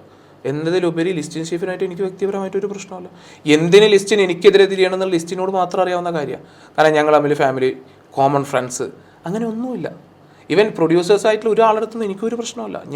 ഞാൻ ഒരാളെ ഞാൻ കണ്ടിട്ടില്ല, ഒരാളെ ഞാൻ സംസാരിച്ചിട്ടില്ല, ഒരാളുമായിട്ട് ഞാനൊരു പേഴ്സണലി ഈ പ്രശ്നക്കാരെന്ന് പറയുന്ന ആരുമായിട്ടും ഞാനൊരു മീറ്റിങ്ങിന് ഇരുത്തിയിട്ടില്ല. സ്റ്റിൽ ഞാനാണ് അവരുടെ പ്രധാന ശത്രു. ആ ഒരു കെമിസ്ട്രി എന്താണെന്ന് എനിക്കിപ്പോഴും മനസ്സിലാവുന്നില്ല. തീർച്ചയായിട്ടും ഇതൊക്കെ തന്നെയാണ് ഞാൻ മീഡിയയുടെ മുന്നിൽ നാളെ ഇനി എനിക്ക് എന്തെങ്കിലും സംഭവിച്ചാൽ പോലും ഇങ്ങനൊരു വിഷയം ഉണ്ടായിരുന്നു എന്നും മീഡിയ അറിയണമല്ലോ. OTT-യുമായി ബന്ധപ്പെട്ട് അല്ലെങ്കിൽ താങ്കൾ ഈ അസോസിയേഷനുമായി ബന്ധപ്പെട്ട് ഇങ്ങനെ ഒരു പരാതികളും പ്രശ്നങ്ങളൊക്കെ നടക്കുമ്പോൾ minimax professional management private limited ഏതെങ്കിലും രീതിയിൽ ദോഷകരമായിട്ട് ബാധിച്ചിട്ടുണ്ടോ? നിങ്ങളുടെ അതായത് ഒരു ഭാഗമാണ് OTT, മറ്റ് ഭാഗങ്ങൾ ഏതെങ്കിലും രീതിയിൽ ദോഷകരമായിട്ട്? പ്രധാനമായിട്ട് ബാധിക്കാതിരിക്കുന്നതിൻ്റെ ഒരു വിഷയം എന്ന് വെച്ചാൽ നമ്മളെ കേരളത്തിലെ ആദ്യത്തെ ബിസിനസ്സാണ്. നമുക്ക് ബാക്കി എല്ലാ ബിസിനസ്സും ഡൽഹി ബേസ്ഡാണ്. ഈ അലയൊന്നും അവിടെ അടിക്കില്ല, കാരണം ഇത് ഇവിടെ തന്നെ അങ്ങ് തീർന്നു പോവുകയുള്ളൂ. അതുകൊണ്ട് തന്നെ നമ്മളെ ബാധിച്ചിട്ടുണ്ടോ എന്ന് ചോദിച്ചാൽ ബാധിച്ചിട്ടൊന്നുമില്ല. പക്ഷെ നമ്മളെ അറിയാവുന്ന പല ഇൻവെസ്റ്റേഴ്സ്, നമ്മളുടെ ഇന്റേണലി ഉള്ള ഇൻവെസ്റ്റേഴ്സ്, പുതിയ ബിസിനസ് അല്ലെങ്കിൽ പോലും ഇൻവെസ്റ്റേഴ്സ് എന്താണ് കാര്യം എന്ന് ചോദിക്കുമ്പോൾ നമ്മൾ പറയേണ്ട റെസ്പോൺസിബിലിറ്റി സ്വാഭാവികമായിട്ടും തട്ടിപ്പ് നടത്തിയെന്ന് മാത്രമാണ്. അത് എന്താണെന്ന് ഇവർ പറഞ്ഞിട്ടില്ല. അപ്പോൾ അതിൻ്റേതായിട്ടുള്ള കുറേ പ്രഷർ ഇന്റേണലി നമുക്കുണ്ടെങ്കിൽ പോലും ബിസിനസ്സുകളെ ബാധിച്ചിട്ടില്ല. അതേ സ്ഥാനത്ത് കേരളത്തിൽ പോലും നമുക്ക് ബിസിനസ് കൂടിയിട്ടേ ഉള്ളൂ. കാരണം ഇപ്പോഴും പല പ്രൊഡ്യൂസേഴ്സും അതിനുശേഷം ഈ ഒരു സർക്കുലർ ഇറങ്ങിയതിന് ശേഷം ഞാൻ നാട്ടിൽ വന്നെന്ന് പറഞ്ഞപ്പോൾ ഒരു 10-20 പ്രൊഡ്യൂസേഴ്സ് എന്നെ കാണണമെന്ന് ആഗ്രഹപ്പെടുത്തി ഒരു 6-7 എഗ്രിമെന്റ് ഞങ്ങൾ കൊടുത്തു. ആകെ കൂടെ 10 എഗ്രിമെന്റാണ് കൊടുത്തത്. പ്രശ്നം നടക്കുമ്പോഴും ഈ പ്രശ്നം നടന്നതിന് ശേഷം 10 എഗ്രിമെന്റ്, ആകെ 10 എഗ്രിമെന്റ് കൊടുത്തതിൽ 7 എഗ്രിമെന്റ് ഈ പ്രശ്നം നടന്നതിന് ശേഷം കൊടുത്തത്. അപ്പോഴും സ്റ്റിൽ പ്രൊഡ്യൂസേഴ്സ് ഈസ് ഓക്കെ. അതിലൊരാൾ വളരെ വേണ്ടപ്പെട്ട എന്നെ വിളിച്ച് ഈ പ്രശ്നം നടന്നുകൊണ്ടിരിക്കുമ്പോൾ അതിലൊന്നും കാര്യമാക്കല്ലേ എന്ന് പറഞ്ഞത് വളരെ പ്രശസ്തരായ നടന്മാരുണ്ട്, വളരെ പ്രശസ്തരായിട്ടുള്ള, പേര് പറയാൻ ആഗ്രഹിക്കുന്നില്ല, ഇല്ല, കാരണം അവർക്ക് അതുകൊണ്ടൊരു ബുദ്ധിമുട്ടും ഉണ്ടാവണ്ട. അതുകൊണ്ട് തന്നെ ഇപ്പൊ നല്ല വേണ്ടപ്പെട്ട പ്രൊഡ്യൂസേഴ്സ് ഉണ്ട്, എല്ലാവരും ഉണ്ട്. ആ വളരെ വേണ്ടപ്പെട്ട പ്രൊഡ്യൂസേഴ്സിൽ ഒരാളൊക്കെ എൻ്റെ അടുത്ത് പർച്ചേസിന് വേണമെങ്കിൽ ഞാൻ ഇരിക്കാം എന്ന് പറഞ്ഞ ആളുകളുണ്ട്. കാരണം എൻഡ് ഓഫ് ദി ഡേ അവർക്ക് കച്ചവടം നടക്കണം. അതാണ് ഏറ്റവും നല്ല സഹകരണമാണ്.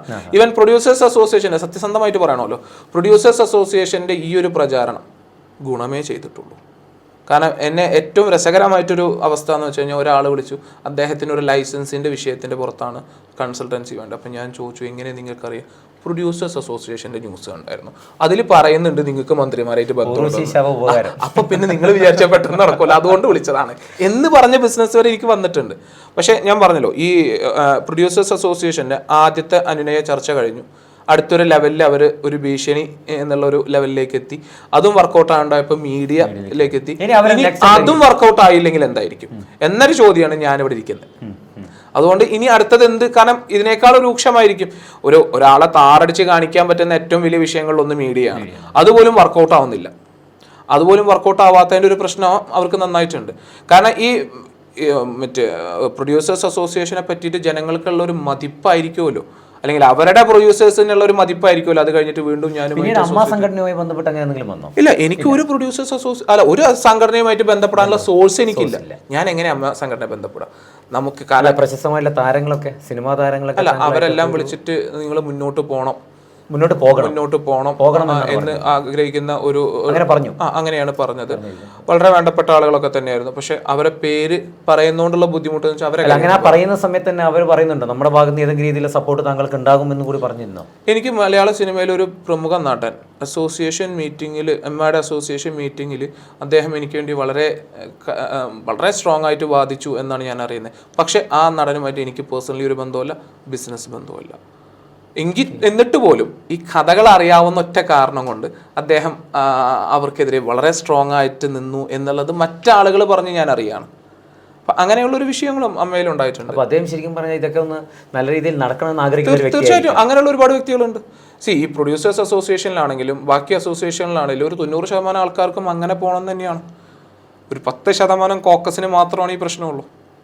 അപ്പോൾ ആ കോക്കസ് ഒക്കെ തീർച്ചയായിട്ടും നമുക്ക് ഗ്രൗണ്ട് സപ്പോർട്ട് ഉണ്ട്. അവർക്കെല്ലാം ഒരു പേടിയുള്ളതുകൊണ്ട് അവരെല്ലാം ഒന്ന് കാണാനും കൂടെ വേണ്ടിയാണ്. ഇനി തീർച്ചയായിട്ടും അടുത്തൊരു ലെവലും കൂടെ വർക്കായില്ലെങ്കിൽ കൂടുതൽ പേര് ഈ ആരോപണങ്ങളുമായിട്ട് എത്തും, കൂടുതൽ പേര് അവർക്കെതിരെ വരും. കാരണം എല്ലാവരും പേടിക്കുന്ന ഒരു വഴിയാണല്ലോ നമ്മൾ വെട്ടുന്നത്, നമ്മൾ വെട്ടിക്കൊടുക്കുന്ന ഒരു വഴിയാണ്. തീർച്ചയായിട്ടും ഇനി ബാക്കിയുള്ളവർ വന്നോളൂ. കാരണം ഇപ്പോൾ ഓരോരുത്തരുടെയും പുറത്തേക്ക് വരാനുള്ള, അസോസിയേഷനിലാണെങ്കിലും പറയാനുള്ള ഒരു അവസ്ഥയിൽ എത്തിയിട്ടുണ്ട്. മുന്നേ മിണ്ടാതിരുന്ന ആൾക്കാരാണ്. അവരെല്ലാം പ്രതികരിക്കണം എന്നൊരു തോട്ട് വന്നു തുടങ്ങിയിട്ടുണ്ട്, അല്ലെങ്കിൽ പ്രതികരിച്ചു തുടങ്ങിയിട്ടുണ്ട്. എന്നെ വിളിച്ചിട്ട് ഞാൻ വേണമെങ്കിൽ പത്രസമ്മേളനത്തിന് ഇരിക്കാം എന്ന് പറഞ്ഞ പ്രൊഡ്യൂസർ ഉണ്ട്, നടനുണ്ട്, കൂടെ ഇരിക്കാം എന്ന് പറഞ്ഞ നടനുണ്ട്. ട്രിവാൻഡ്രത്ത് കൂടെ ഇരിക്കാന്ന് പറഞ്ഞ നടനുണ്ട്. അപ്പൊ ആ ഒരു മാറ്റം അത് ഇനിയും മാറും. ഇനി അവർ തീർച്ചയായിട്ടും അവർക്ക് അറിയാവുന്ന കഥകളുമായിട്ട് അവർ വീണ്ടും വരും. കാരണം ഇത് ഒരാൾ വന്നാലുണ്ടാവുന്ന അവസ്ഥ, അത് എൻ്റെ അടുത്ത് ചോദിച്ചിട്ടുണ്ട്, ഇതിൻ്റെ ആഫ്റ്റർ എഫക്ട്സ് എന്താണോ അറിയോ? ഞാൻ പറഞ്ഞു അറിയാൻ വേണ്ടിയാണല്ലോ ഇത് ചെയ്ത് നോക്കിയാലുള്ള ആഫ്റ്റർ എഫക്ട്സ് അറിയോ. നമ്മൾ ഈ പഞ്ചസാര എന്ന് എഴുതി നക്കി നോക്കിയാൽ പഞ്ചസാര എന്നറിയില്ല എന്നൊരു തോട്ടുണ്ട്. അതുപോലെ തന്നെ നമ്മൾ പഞ്ചസാര കഴിച്ചു നോക്കാം. പ്രൊഡ്യൂസേഴ്സ് അസോസിയേഷനെതിരെ ഒരു ഇഷ്യൂവിന് ഇറങ്ങിയാലാണ് എന്തൊക്കെയാണ് അതിൻ്റെ ആഫ്റ്റർ എഫക്ട്സ് എന്ന് അറിയുള്ളൂ. അതറിയാൻ ഒരാളെങ്കിലും ബലിയാടാവണമല്ലോ, അല്ലെങ്കിൽ എത്ര കാലം മുന്നോട്ട് പോകും തന്നെയാണ് ഉദ്ദേശം. മലയാള സിനിമ നശിച്ചുകൊണ്ടിരിക്കുകയാണ്. അതായത് ഇപ്പോൾ ഇവർക്കുള്ളൊരു പേടി എന്ന് പറയുന്നത് ചിലപ്പോഴേക്ക് OTTയിൽ വലിയ പൈസക്ക് ഇത് വിറ്റഴിഞ്ഞ് പോകുമ്പോൾ തിയേറ്ററുകളിൽ വേണ്ടത്ര ഒരു വിജയം ഈ സിനിമയ്ക്ക് ഉണ്ടായിട്ടുണ്ടാവില്ല, അതിൽ നിന്നൊരു സാമ്പത്തികം ഉണ്ടാകില്ല എന്നുള്ളൊരു പേടി അവർക്ക് ഉണ്ടാവില്ലേ? അതുകൊണ്ടായിരിക്കില്ല ഇതിൻ്റെ പുറകിൽ ഇങ്ങനൊരു പ്രശ്നം ഉണ്ടാകും. അതായത് OTTയിൽ വലിയൊരു പൈസ. ഇപ്പം കഴിഞ്ഞ ദിവസം കണ്ട് നാദിർ ഷാ പറഞ്ഞൊരു വാക്കുണ്ടായിരുന്നു, കേശു ഈ വീടിൻ്റെ നാഥൻ എന്ന് പറയുന്നത് തിയേറ്ററിൽ നിന്നൊന്നും വലിയ രീതിയിലുള്ള ഒരു റെസ്പോൺസോ അല്ലെങ്കിൽ സാമ്പത്തികമായിട്ട് വലിയൊരു ഭദ്രത ഉണ്ടാക്കിയ ഒരു സിനിമയല്ല, പക്ഷെ അത് OTTയിൽ കോടികളാണ് അതിന് വേണ്ടി ചെയ്യുന്നതൊക്കെ പറഞ്ഞിട്ടുണ്ട്, ഒരു ഇൻ്റർവ്യൂവിൽ പറഞ്ഞിട്ടുണ്ടായിരുന്നു. ചിലപ്പോൾ അത് ഒരു സത്യസന്ധമായിട്ടുള്ളൊരു കാര്യമായിരിക്കാം. ഇങ്ങനെയുള്ളൊരു പേടിയാണോ യഥാർത്ഥത്തിൽ നിങ്ങൾക്കെതിരെ തിരിയാനുള്ളൊരു കാരണം? തിയേറ്ററിൽ ആൾ കയറത്തില്ല, അല്ലെങ്കിൽ തിയേറ്ററിൽ അങ്ങനെ കയറില്ല, കാരണം ഇപ്പോൾ ഒരുപാട് OTT പ്ലാറ്റ്ഫോമുകൾ ഉണ്ട്. അല്ല, ഇത് ഓരോ കാലഘട്ടത്തിൻ്റെ ആവശ്യമാണ്, ഓരോ കാലഘട്ടത്തിൻ്റെ ടെക്നോളജികളാണ്. തിയേറ്ററുകൾ ഇനി എന്തൊക്കെ തന്നെ ഫെസിലിറ്റി കൊടുത്താലും OTTയുടെ ഒരു ഫെസിലിറ്റേഷൻ മാറി തന്നെ ഇരിക്കും. OTT ഒരു ബിസിനസ് പ്ലാറ്റ്ഫോമാണ്, അതിൽ കൂടുതലായിട്ട് ലാഭം കിട്ടും. കാരണം OTTയിൽ ഒരു സിനിമ കാണുന്നത് മേ ബി 50 ലക്ഷം ആൾക്കാരാണെങ്കിൽ അത് തിയേറ്ററിൽ കാണുന്നത് 5 ലക്ഷമാണ്. അപ്പം OTT തിയേറ്ററും രണ്ടും നിലനിൽക്കണം എന്നാഗ്രഹിക്കുന്ന ഒരു വ്യക്തിയാണ് ഞാൻ. രണ്ടും ഒരു പരസ്പരം അസോസിയേറ്റഡ് ആയിട്ട് വേണം വർക്ക് ചെയ്യാൻ. OTTക്കെതിരെ തിയേറ്റർ നിൽക്കുന്നതും തിയേറ്റർക്കെതിരെ OTT നിൽക്കുന്നതും രണ്ടും നല്ലതിനല്ല. കാരണം സ്വാഭാവികമായിട്ടും OTTക്കെതിരെ തിയേറ്റർ നിൽക്കുക അല്ലെങ്കിൽ അവർ തമ്മിലുള്ളൊരു ഫൈറ്റ് വരുമ്പം അത് ബാധിക്കുക തിയേറ്ററുകൾ വരെ മാത്രമാണ്. OTTയെ സംബന്ധിച്ച് അത് കച്ചവടം ചെയ്യാൻ ഒരുപാട് മാർഗങ്ങളുണ്ട്, അല്ലെങ്കിൽ അത് പ്രേക്ഷകരിലേക്ക് എത്തിക്കാനുള്ള. കാരണം ഏത് സമയത്തും വീട്ടിലിരുന്ന് നമുക്ക് കാണാം ഫെസിലിറ്റി. കാരണം ഇപ്പം എല്ലാ വീട്ടിലും സ്മാർട്ട് TV, തിയേറ്ററിക്കൽ എക്സ്പീരിയൻസ് കിട്ടാവുന്ന പല വീടുകളും ആയി തുടങ്ങി. അതൊരു വലിയ പ്രതിസന്ധി തന്നെയാണ്. കാരണം അപ്പോൾ തന്നെ സ്വാഭാവികമായിട്ടും ഈ സംഘടനകളൊക്കെ ചേർന്ന് ഒരു നയത്തിൽ കാര്യങ്ങൾ മുന്നോട്ട് പോകുന്നത് തന്നെയായിരിക്കും ഏറ്റവും നല്ലത്. ഓക്കെ, അപ്പോൾ എന്തായാലും ഒരുപാട് സന്തോഷം. Thank you so much. അപ്പോൾ ഇനിയുള്ളത് നമുക്ക് EDക്കൊക്കെ കൊടുത്ത ഒരുപാട് കംപ്ലൈൻറ്റുകളൊക്കെ അതൊക്കെ ജസ്റ്റ് ഒന്ന് ഓടിച്ച് കാണണം. ഒരുപാട് സന്തോഷം. എന്തായാലും താങ്കളുടെ ഒരു പവറിനെ ഞാൻ സപ്പോർട്ട് ചെയ്യുന്നു കേട്ടോ. കാരണം അതായത് ചുറ്റും ഒരു കൊടുങ്കാട്ടിൻ്റെ ഉള്ളിൽ ഇങ്ങനെ ഏകനായിട്ട് നിന്ന് ഫൈറ്റ് ചെയ്യുന്ന ഒരു മാൻപേടയെ പോലെ അങ്ങനെ തോന്നുന്നു. കാരണം ഞാൻ ആക്ച്വലി ഈ ഒരു ഫീൽഡിലേക്ക് വരണമെന്ന് വിചാരിച്ച് വന്നതൊന്നുമല്ല. എന്തൊക്കെയോ ഒരു പ്രഷറിന്റെ പുറത്ത് ഞാൻ ഒരു ജീവിതത്തിൽ പ്രതീക്ഷിച്ചില്ല. ഒരിക്കലുമില്ല. നമ്മൾ സിനിമ എന്ന് കാണും, സിനിമ കാണുക, ആസ്വദിക്കുക, അതിൻ്റെ അപ്പുറത്തേക്ക് ഇതിൻ്റെ അപ്പുറത്തേക്ക് ഇത്രയും വലിയൊരു കോക്കസ് ഇതിൻ്റെ ഉള്ളിലുണ്ടെന്നൊന്നും നമുക്ക് അറിയുന്നില്ല. അങ്ങനെ അല്ലാത്തൊരു സുപ്രഭാതത്തിൽ നമ്മളാകെ ഇത് വിൽക്കാൻ സാധിക്കാത്തൊരു അസറ്റ് അത് വിറ്റു കൊടുക്കുമ്പോൾ എല്ലാവരും നമ്മളോട് ഭയങ്കര സ്നേഹം കാണിക്കും എന്ന പ്രതീക്ഷയിലാണ് വന്നിരിക്കുന്നത്. അങ്ങനെയാണ് നമ്മൾ തുടങ്ങുന്നത്. അതിൻ്റെ ഇടയിലാണ് നമ്മൾ ഇതിൻ്റെ പിന്നാമ്പറ കഥകളൊക്കെ. ഇങ്ങനെ ഒരു പ്രശ്നങ്ങൾ വന്ന സമയത്ത് വിട്ടുപോയ ആൾക്കാരുണ്ടോ കൂടെ നിന്നവർ? തീർച്ചയായിട്ടും വിട്ടുപോയി. വളരെ വേണ്ടപ്പെട്ട ഒരു പ്രൊഡ്യൂസർ ഉണ്ടായിരുന്നു, അദ്ദേഹമായിരുന്നു നമുക്ക് ഇതിനെല്ലാം കോർഡിനേറ്റ് ചെയ്തിരുന്നത്. പുള്ളി പ്രൊഡ്യൂസേഴ്സ് അസോസിയേഷനാണ് ഓപ്പോസിറ്റ് എന്ന് പറഞ്ഞ ആ ദിവസം എൻ്റെ ഫോൺ എടുക്കാതായതാണ്. ഇതുവരെ എടുത്തിട്ടില്ല? ഇല്ല, പിന്നെ ഞാൻ വിളിച്ചിട്ടില്ല. വേദനയും വിഷമങ്ങളൊന്നും തീർച്ചയായിട്ടും ജീവനിൽ പേടിയില്ലാത്ത ആരല്ലേ. അപ്പൊ അറിയാം ഒരു ജീവനൊരു. തീർച്ചയായിട്ടും. കാരണം ഞാൻ അതുകൊണ്ട് എൻ്റെ കൂടെ നിൽക്കുന്ന ആളുകളെ പോലും ഞാൻ മീറ്റ് ചെയ്യുന്ന അവസ്ഥകൾ കുറച്ചു ഫോണിലൂടെ ആക്കി. കാരണം അവർക്കൊരു ബുദ്ധിമുട്ടുണ്ടാവരുത്. ഇത് നമ്മളെടുത്താൽ പൊങ്ങാത്ത ഒരു ഭാരമാണ് നമ്മളെടുക്കുന്നതെന്ന് കൃത്യമായിട്ട് മനസ്സിലാക്കുന്നു. പ്രൊഡ്യൂസേഴ്സ് അസോസിയേഷൻ്റെ പത്രക്കുറിപ്പിൽ തന്നെ പറയുന്ന ഒരു കഥയുണ്ട്. കേന്ദ്രത്തിലെയും സംസ്ഥാനത്തെയും എല്ലാ ഉന്നത നേതാക്കളുമായിട്ട് ഞാൻ കീപ്പ് ചെയ്യുന്ന വ്യക്തിബന്ധം, ഇനി അത് ശരിയാണെന്ന് തന്നെ കൂട്ടിക്കൂ. അങ്ങനെയുള്ളൊരു എനിക്ക് ഇത്രയും പ്രഷർ ഉണ്ടെങ്കിൽ ആ പാവപ്പെട്ടവരുടെ അവസ്ഥ എന്തായിരിക്കും? ശരിയാണ്. ഇവർ പറയുന്നതൊക്കെ ശരിയാണെങ്കിൽ എനിക്ക് അത്രയും ഇൻഫ്ലുവൻസ് ഉണ്ടായിട്ടാണ് ഞാൻ ഇത്രയും പ്രഷർ അനുഭവിക്കുന്നത്. ഇങ്ങനെ പ്രശ്നം ഉണ്ടാകുമ്പോൾ ഏതെങ്കിലും രാഷ്ട്രീയ നേതാക്കളോ അല്ലെങ്കിൽ താങ്കൾ സമീപിച്ചിട്ടുണ്ടോ? ഇങ്ങനെ പ്രശ്നം ഇല്ല, എന്നെ ഇങ്ങോട്ട് ഒരുപാട് പേര് വിളിച്ചിരുന്നു. ഒരു മ്യൂച്വൽ അണ്ടർസ്റ്റാൻഡിങ്ങിൽ ഒരു കോംപ്രമൈസ്. ബട്ട് പല പാർട്ടിയിൽ നിന്നും ഹൗ ക്യാൻ ഐ കോംപ്രമൈസ് എന്ന ചോദ്യത്തിന് അവർക്കൊന്നും ഉത്തരവല്ല.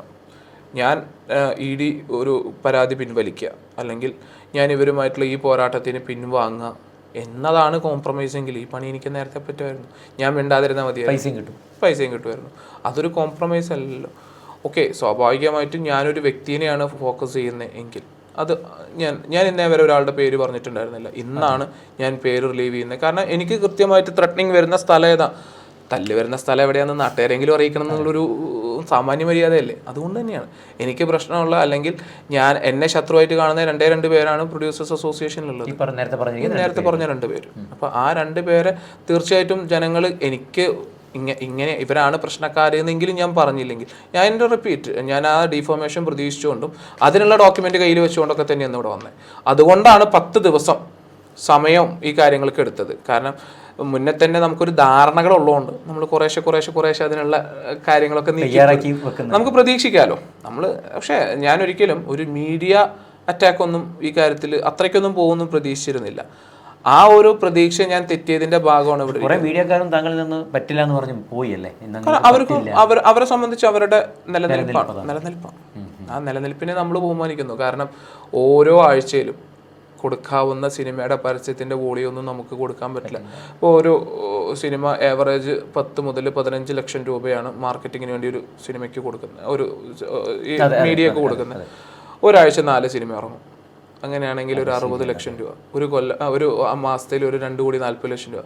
അങ്ങനെ കണ്ടിന്യൂസ് ആയിട്ട് ഒരു കൊല്ലോ 2 കൊല്ലോ 3 കൊല്ലോ കൊടുക്കാവുന്ന കപ്പാസിറ്റി ഉള്ള ഒരു അസോസിയേഷൻ. അത് സ്വാഭാവികമാണല്ലോ. ഞാനൊരു മീഡിയയിലാണെങ്കിലും ഒരു പക്ഷേ ഞാൻ അങ്ങനെ ആയിരിക്കും ചെയ്യുക. എനിക്കതുകൊണ്ട് തന്നെ മീഡിയക്കാരുടെ അവസ്ഥ നമുക്കറിയാം.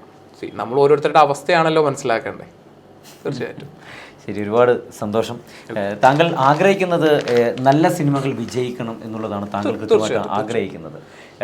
നേരത്തെ തുടക്കത്തിൽ പറഞ്ഞതുപോലെ തന്നെ ഒരുപാട് സ്വപ്നമാണ്. ഒരു സിനിമ എന്ന് പറയുന്നത് ഒരു വ്യക്തിയിൽ നിന്നുണ്ടാവുന്നതല്ല, അത് ഒരു ടീം, ഒരുപാട് നല്ല സൗഹൃദങ്ങളിലൂടെ ഉണ്ടാവുന്നതാണ് സിനിമ. ചിലപ്പോഴെങ്കിലും ഈ OTT പ്ലാറ്റ്ഫോമിൻ്റെ ഒരു കാലഘട്ടം തുടങ്ങിയത് മുതൽ ചിലപ്പോൾ നേരത്തെ പറയാം തിയേറ്ററുകളൊക്കെ ആൾക്കാർ കുറഞ്ഞു എന്ന് പറയുന്നുണ്ട്, OTT പ്ലാറ്റ്ഫോമിൽ സിനിമകൾ വിറ്റ് പോകുന്നു എന്ന് പറയുന്നുണ്ട്. പക്ഷേ എന്തുകൊണ്ടാണ് ഇപ്പോഴും എനിക്ക് നിൽക്കുന്ന ഒരു സംശയം, ഒരു ചോദ്യചിഹ്നം, താങ്കളോട് എന്താണ് ഇത്രയും ദേഷ്യം എന്നുള്ളത് എനിക്കും ഇപ്പോൾ മനസ്സിലാകുന്നില്ല. അത് എന്തുകൊണ്ടായിരിക്കും? ഏറ്റവും മനോഹരമായ ഒരു കാര്യം എന്ന് വെച്ച് കഴിഞ്ഞാൽ എനിക്ക് ജിയോയുമായിട്ട് ബന്ധമുണ്ട്, ഹോട്ട്സ്റ്റാറുമായിട്ട് ബന്ധമുണ്ട്. ഇനി ജിയോയുമായി ബന്ധപ്പെട്ടിട്ടുള്ള അതാണ്, ജിയോയുമായിട്ട് എനിക്ക് ബന്ധമുണ്ട്, ഹോട്ട്സ്റ്റാറുമായിട്ട് ബന്ധമുണ്ട്, ആമസോണുമായിട്ട് ബന്ധമുണ്ട്, നെറ്റ്ഫ്ലിക്സുമായിട്ട് ബന്ധമുണ്ട്, സിയുമായിട്ട് ബന്ധമുണ്ട്, ആഹയുമായിട്ട് ബന്ധമുണ്ട്, സോണിയുമായിട്ട് ബന്ധമുണ്ട്. എന്തുകൊണ്ട് ജിയോ മാത്രം വന്നു? ബാക്കിയുള്ള എല്ലാവരും വേണമല്ലോ. നമ്മളൊരു സിനിമ എടുത്താൽ എന്താ ചെയ്യുക? എല്ലാ OTT പ്ലാറ്റ്ഫോമിനും അയച്ചു കൊടുക്കും. ആരാണോ ബെറ്റർ പ്രൈസ് തരുന്നത് അവരുമായിട്ട് കോൺട്രാക്ട് വയ്ക്കും. ഇതിലെന്തുകൊണ്ട് ജിയോ വന്നു? ഞാൻ എൻ്റെ കോൺട്രാക്റ്റുകളൊക്കെ കൊണ്ടുവന്നിട്ടുണ്ട്. നിങ്ങൾ ഏതെങ്കിലും ഒരു കോൺട്രാക്റ്റിൽ ജിയോ എന്നുള്ളൊരു പേര് കണ്ടെത്തും. ഫോർ എനി OTT എന്ന് പറഞ്ഞിട്ടേ സിനിമ എടുക്കാൻ പറ്റൂ. ഒരിക്കലും ജിയോ എന്ന് പറഞ്ഞുകൊണ്ടൊരു എടുക്കുന്ന എനിക്ക് നഷ്ടമാണ്. കാരണം ജിയോ മാത്രമായിട്ട് ഞാൻ ഒരു കോൺട്രാക്റ്റ് എടുത്താൽ ജിയോ എൻ്റെ അടുത്ത് പറയാണ് 10 ലക്ഷം രൂപ. എനിക്ക് വേറെ ഓപ്ഷൻ ഇല്ല.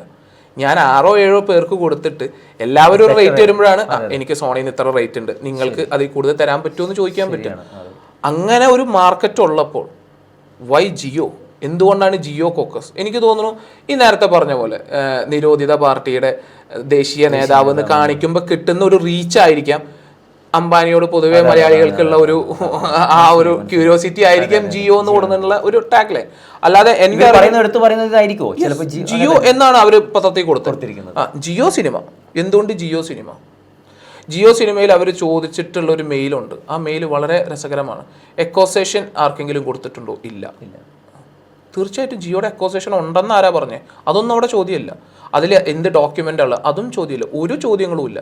എന്നിട്ട് അത് ഉയർത്തിപ്പിടിച്ച് ജിയോനെ ഹൈലൈറ്റ് ചെയ്യുമ്പോൾ കിട്ടുന്നത് ഈ പറഞ്ഞ പോലെ ഒരു മാർക്കറ്റ്, ഞങ്ങൾ ഈ പറയുന്ന ജെനുവിനിറ്റി അതിലില്ല, ജിയോന്റെ ഒരു ബിനാമിയാണ്, അങ്ങനെയൊക്കെ വരുത്താവുന്ന, അല്ലെ ജിയോ ആണല്ലോ പൊതുവെ എല്ലാത്തിനെയും തകർക്കുന്നതെന്നൊരു ടെൻഡൻസി ഉള്ളത്. ആ ഒരു ടെൻഡൻസിയുടെ പുറത്തുള്ളൊരു റീച്ച് കിട്ടാൻ വേണ്ടി കാണിക്കുന്ന, അതാ ഞാൻ പറഞ്ഞു മീഡിയയിലൊക്കെ കൊടുക്കുന്ന സമയത്തും ഈ ഇത്രയും സത്യസന്ധമായ അവർക്ക് വളരെ സിമ്പിളായിട്ട് OTT എന്ന് പറഞ്ഞാൽ ഞാൻ കഷ്ടപ്പെട്ടു പോയേനെ. കാരണം ഇത് ഒന്നുകൂടെ ഞാൻ ക്ലിയർ ചെയ്ത് വരാനുള്ള കുറച്ചും കൂടെ റീച്ച്, അല്ലെങ്കിൽ കുറച്ചും കൂടെ ജെനുവിനിറ്റി അതിന് വന്നത്. ആ ജെനുവിനിറ്റീനെ പോലും അവർ പരിഗണിക്കാതെ കൃത്യമായിട്ട് ജിയോ എന്ന് ഉദ്ദേശിച്ചത് ഒരു മാർക്കറ്റിംഗ് ആയിരിക്കും. അപ്പോൾ അവർക്ക് റീച്ച് കൂടുതൽ, ആ ഒരു ജനങ്ങളിലേക്ക് റീച്ച് എത്തിക്കുക. ഈ നിരോധിത സംഘടന എന്നൊക്കെ പറയുമ്പോൾ കിട്ടുന്ന ആ ഒരു എരിവുണ്ടല്ലോ, ആ എരിവായിരിക്കാം. അതല്ലെങ്കിൽ എന്തിനായിരിക്കും ആ ഒരു വേർഡ്? എനിക്കിപ്പോഴും മനസ്സിലായിട്ടില്ല. ഇനി ഞാനത് എൻ്റെ സുഹൃത്തുക്കളുമായിട്ട് പങ്കുവെച്ചപ്പോൾ എനിക്ക് കിട്ടിയൊരു അത് എന്നെ പറ്റിയാണെന്ന് എന്താ ഉറപ്പ് എന്നാ, അല്ലെങ്കിൽ ആരെ പറ്റിയാണെന്ന് അവർ പറയണ്ടേ? തീർച്ചയായിട്ടും നിരോധിത സംഘടനയുടെ ഒരു നേതാവ് മലയാള സിനിമയിൽ പ്രവർത്തിച്ച് ഫണ്ടിങ് ചെയ്യുന്നുണ്ടെങ്കിൽ അവനെ ഒറ്റപ്പെടുത്തണം, അതിലൊരു സംശയവും വേണ്ട. കാരണം അത് തീർച്ചയായിട്ടും ആ കാര്യത്തിൽ ഉള്ളൊരു പ്രൊഡ്യൂസേഴ്സ് അസോസിയേഷൻ മിണ്ടാതിരിക്കുന്ന ആരെ പേടിച്ചിട്ടായിരിക്കും? അവർ നിയമ നടപടിയായിട്ട് മുന്നോട്ട് പോകണ്ടേ? അറ്റ്ലീസ്റ്റ് അവർ പറയണ്ടേ ഈ വ്യക്തി നിരോധിത സംഘടന, എന്തുകൊണ്ടായിരിക്കും അതിനെ നിരോധിച്ചിട്ടുണ്ടാവുക? രാജ്യത്തിന് എതിരെ നിൽക്കുന്നതുകൊണ്ടായിരിക്കും. ആ സംഘത്തിന്റെ ദേശീയ നേതാവ് സ്വാഭാവികമായിട്ടും ഇത് കീ റോൾ. അദ്ദേഹം മലയാള സിനിമയിൽ പടമെടുത്ത് ഫണ്ട് ഇറക്കുന്നു എന്ന് പറയുമ്പോൾ അദ്ദേഹത്തെ ഒറ്റപ്പെടുത്തണ്ടേ? ആ പേര് പറഞ്ഞിട്ടില്ല. സ്റ്റിൽ എന്തുകൊണ്ടായിരിക്കും? അപ്പൊ ഇതിനൊന്നും ഉത്തരങ്ങളില്ല. ഈ ചോദ്യങ്ങൾ എന്താണ് ഞങ്ങളുടെ തമ്മിലുള്ള പ്രശ്നം? ഞാൻ എൻ്റെ അടുത്ത് വിളിച്ച ഒരുപാട് പേരോട് ഞാൻ ചോദിച്ചിട്ടുണ്ട്, ആക്ച്വലി ആദ്യം എന്താ പ്രശ്നം? ആ പ്രശ്നം പറഞ്ഞിട്ട് നമുക്ക് മുന്നോട്ട് പോകാം. ഞാൻ പ്രൊമിനൻ്റ് പ്രൊഡ്യൂസർ അല്ല, ഞാനൊരു അസോസിയേഷൻ ഞാൻ എങ്ങനെയാണ് ശത്രുവാകുന്നത്? ഏതർത്ഥത്തിലാണ് ഞാൻ അസോസിയേഷന് ശത്രുവാകുന്നത്? ഓക്കെ, പ്രൊഡ്യൂസേഴ്സിൻ്റെ ഈ കാര്യങ്ങൾക്ക് അവരൊരു ആദ്യത്തെ സർക്കുലർ ഇറക്കിയിരുന്നു. പ്രൊഡ്യൂസേഴ്സ് അസോസിയേഷനുമായിട്ട് ബന്ധപ്പെട്ട് മാത്രമേ OTT വിൽക്കാൻ പാടുള്ളൂ. അതിൽ നിൽക്കായിരുന്നു. തീരേണ്ട വിഷയമാണെങ്കിൽ അതിൽ തീരണമായിരുന്നു. കാരണം അവരുടെ അസോസിയേഷൻ സ്വാഭാവികമായിട്ടും അവരുമായിട്ട് ബന്ധപ്പെട്ടിട്ടാണ് വിൽക്കാൻ. നമ്മളും അവരുമായിട്ട് ബന്ധപ്പെടും. കച്ചവടമാകുമ്പോൾ അവർ ചോദിക്കുന്ന ഡോക്യുമെന്റ് നമ്മൾ കൊടുക്കും. ഞാനിതിൽ കൊണ്ടുവന്നിട്ടുള്ള ഒരു ഡോക്യുമെന്റിൽ ഞാൻ ഈ കാര്യങ്ങളൊക്കെ പറഞ്ഞുകൊണ്ട് പ്രൊഡ്യൂസേഴ്സ് അസോസിയേഷന് കത്ത് കൊടുത്തിട്ടുണ്ട്. കാര്യങ്ങൾ അറിയാനുള്ള അസോസിയേഷൻ ആണെങ്കിൽ ഇത്രയും എല്ലാ ദിവസവും ഇതിനെ പറ്റിയിട്ട് പ്രസ് റിലീസ് ഇറക്കുന്ന രാകേഷിന് ഇതും കൂടി ഒന്ന് വിളിച്ച് പരിഗണിക്കാമല്ലോ. അപ്പോൾ സ്വാഭാവികമായിട്ടും ഇതൊന്നും അല്ല അവരുടെ ലക്ഷ്യം. അവർക്ക് പുറത്ത് പറയാൻ പറ്റാത്ത ഒരു ലക്ഷ്യത്തിന്റെ പുറത്തേക്ക് നമ്മളെ കമ്പൽ ചെയ്ത് കൊണ്ടെത്തിക്കുക എന്ന് തന്നെയാണ് ഉദ്ദേശം. ടു ബി ഹോണസ്റ്റ്ലി, ഞാൻ എന്താ പറയുക, ബൈ പേഴ്സണലി അച്ഛനമ്മയ്ക്ക് ഒറ്റ മോനാ ഞാൻ. ആണായിട്ടും പെണ്ണായിട്ടും ഞാൻ മാത്രമേ ഉള്ളൂ. ഇതൊക്കെ മൊത്തത്തിൽ നശിച്ചാലും ഇതൊക്കെ അവർ നശിപ്പിച്ചാലും എന്നൊന്നും എന്നെ പേഴ്സണലി ബാധിക്കില്ല. ഞാൻ നല്ല സെറ്റുള്ളൊരു ഫാമിലിയിലാണ് ജനിച്ചു വളർന്നത്. അതുകൊണ്ട് തന്നെ ഈ പ്രലോഭനങ്ങളൊന്നും എന്നെ ഒരു തരത്തിലും ബാധിക്കില്ല. അത് ഇപ്പോഴും അവർ മനസ്സിലാക്കാത്തതിൻ്റെ ഒരു പ്രശ്നമാണ്. പിന്നെ ഈ പറഞ്ഞ പോലെ ഭീഷണി, അതിലൊന്നും ഇതൊക്കെ ഞാൻ തീർച്ചയായിട്ടും ആ ഭീഷണിയെ പ്രതീക്ഷിച്ചുകൊണ്ടാണ്. ഈ ഭീഷണി എന്ന് പറയുന്ന സാധനം വർക്കൗട്ട് ആവണമെങ്കിൽ നമ്മളത് എക്സ്പെക്ട് ചെയ്യാതിരിക്കണം. ഇതിൻ്റെ അപ്പുറമൊക്കെ പ്രതീക്ഷിച്ചിട്ടായിരിക്കുന്നത്. ഞാൻ ഈവൻ ഒരു ഡയറക്റ്റ് ഫൈറ്റ്, ഞാൻ എൻ്റെ വണ്ടിയുടെ ഉള്ളിൽ ഡാഷ് ക്യാമും കാര്യങ്ങളൊക്കെ ഫിറ്റ് ചെയ്ത് വെച്ചിട്ട് അത് 2 ലിങ്ക് വേറെ കൊടുത്ത് ഞാൻ പോകുന്നിടത്തൊക്കെ CCTV വെക്കുന്നതിൻ്റെ കാരണം ഞാൻ എന്തായാലും അതിൽ ഭാഗവാക്കാവും. പക്ഷെ കഥകൾ നാട്ടുകാരറിയണം. അതിന് വേണ്ടിയിട്ടാണ് ഞാനത് എക്സ്പെക്ട് ചെയ്യുന്നു. ഞാൻ പോണ ഓരോ യാത്രകളും ഒരു ആക്രമണം മുതലുള്ള എല്ലാ സാധനവും ഞാൻ പ്രതീക്ഷിക്കുന്നു. ഞാനിതൊന്നും പ്രതീക്ഷിക്കാതെ ആക്രമണമൊന്നും അങ്ങനെ ഉണ്ടായിട്ടില്ല, ഇപ്പോൾ ഇല്ല, നിലവിലൊന്നും ഉണ്ടായിട്ടില്ല.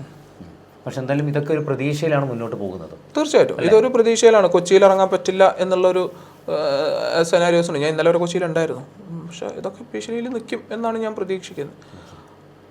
എല്ലാം നന്നായിട്ട് വരട്ടെ. തീർച്ചയായിട്ടും മലയാള സിനിമ നന്നായി വരട്ടെ. തീർച്ചയായിട്ടും വലിയൊരു കർമ്മത്തിന് വേണ്ടിയിട്ട് ഇറങ്ങിയൊരു വ്യക്തി, ഒരു വലിയൊരു ടീം ഉണ്ടായിരുന്നു. ചിലപ്പോഴെങ്കിലും പ്രിയപ്പെട്ടവർ അല്ലെങ്കിൽ പ്രിയപ്പെട്ട ഒരു വ്യക്തി വിട്ടുപോയി എന്ന് വിചാരിച്ചിട്ട് പോലും ഇതിനെതിരെ പ്രവർത്തിക്കാതെ, അല്ലെങ്കിൽ കൃത്യമായിട്ട് ഇതിൻ്റെ ഒരു നിയമവശങ്ങൾ പൂർണ്ണമായും മനസ്സിലാക്കിക്കൊണ്ട് മലയാള സിനിമയെ വിജയിപ്പിക്കാൻ വേണ്ടി, അല്ലെങ്കിൽ പ്രത്യേകിച്ചും ഈ OTTയിൽ വരുന്ന സിനിമകളെ വിജയിപ്പിക്കാൻ വേണ്ടി മാത്രം മുന്നിട്ടിറങ്ങിയ ഒരു വ്യക്തിയാണ്. എന്തുകൊണ്ടാണ് ഇദ്ദേഹത്തിനെതിരെ ഒരു ഇങ്ങനെയുള്ളൊരു ഭീഷണി സ്വരം എന്നുള്ളത് നമുക്ക് മനസ്സിലാകുന്നില്ല. തീർച്ചയായിട്ടും നല്ല സിനിമകൾ ഉണ്ടാവട്ടെ, ഒരുപാട് പ്രതീക്ഷയോടെ. നേരത്തെ പറഞ്ഞതുപോലെ ഒരുപാട് പ്രതീക്ഷയാണ് ഒരു സിനിമ എന്ന് പറയുന്നത്. എല്ലാവരും തിയേറ്ററിൽ പോട്ടെ. ചിലപ്പോൾ റിവ്യൂസ് കണ്ട് മാത്രം പോകുന്ന ചില ആൾക്കാരുണ്ട്. അങ്ങനെയുള്ള ഒരുപാട് പേര് ഇറങ്ങിയിട്ടുണ്ട്. അങ്ങനെയല്ല, നല്ല സിനിമകൾ തീർച്ചയായിട്ടും വിജയിക്കണം. ആ വിജയപാതയിൽ യാത്ര ചെയ്തുകൊണ്ടിരിക്കുന്ന ഒരു വ്യക്തിയാണ് ഇദ്ദേഹം. എന്തായാലും മിനിമാക്സ് പ്രൊഫഷണൽ മാനേജ്മെൻറ്റ് പ്രൈവറ്റ് ലിമിറ്റഡിന് എല്ലാവിധ ആശംസകളും നേരുകയാണ്. അപ്പോൾ ഒരു വൻ വിജയമാവട്ടെ OTT. ഇനിയും ഒരുപാട് സിനിമകൾ ചെയ്യാനുള്ള ഒരു ഭാഗ്യം ഉണ്ടാവും. Okay, thank you so much. Minimax professional management executive director doctor Nawab സാറാണ് ഇത്രയും നേരം ഞങ്ങളുടെ സ്പെഷ്യൽ ഇൻ്റർവ്യൂവിൽ പങ്കെടുത്തത്. എല്ലാവർക്കും നന്ദി, നമസ്കാരം.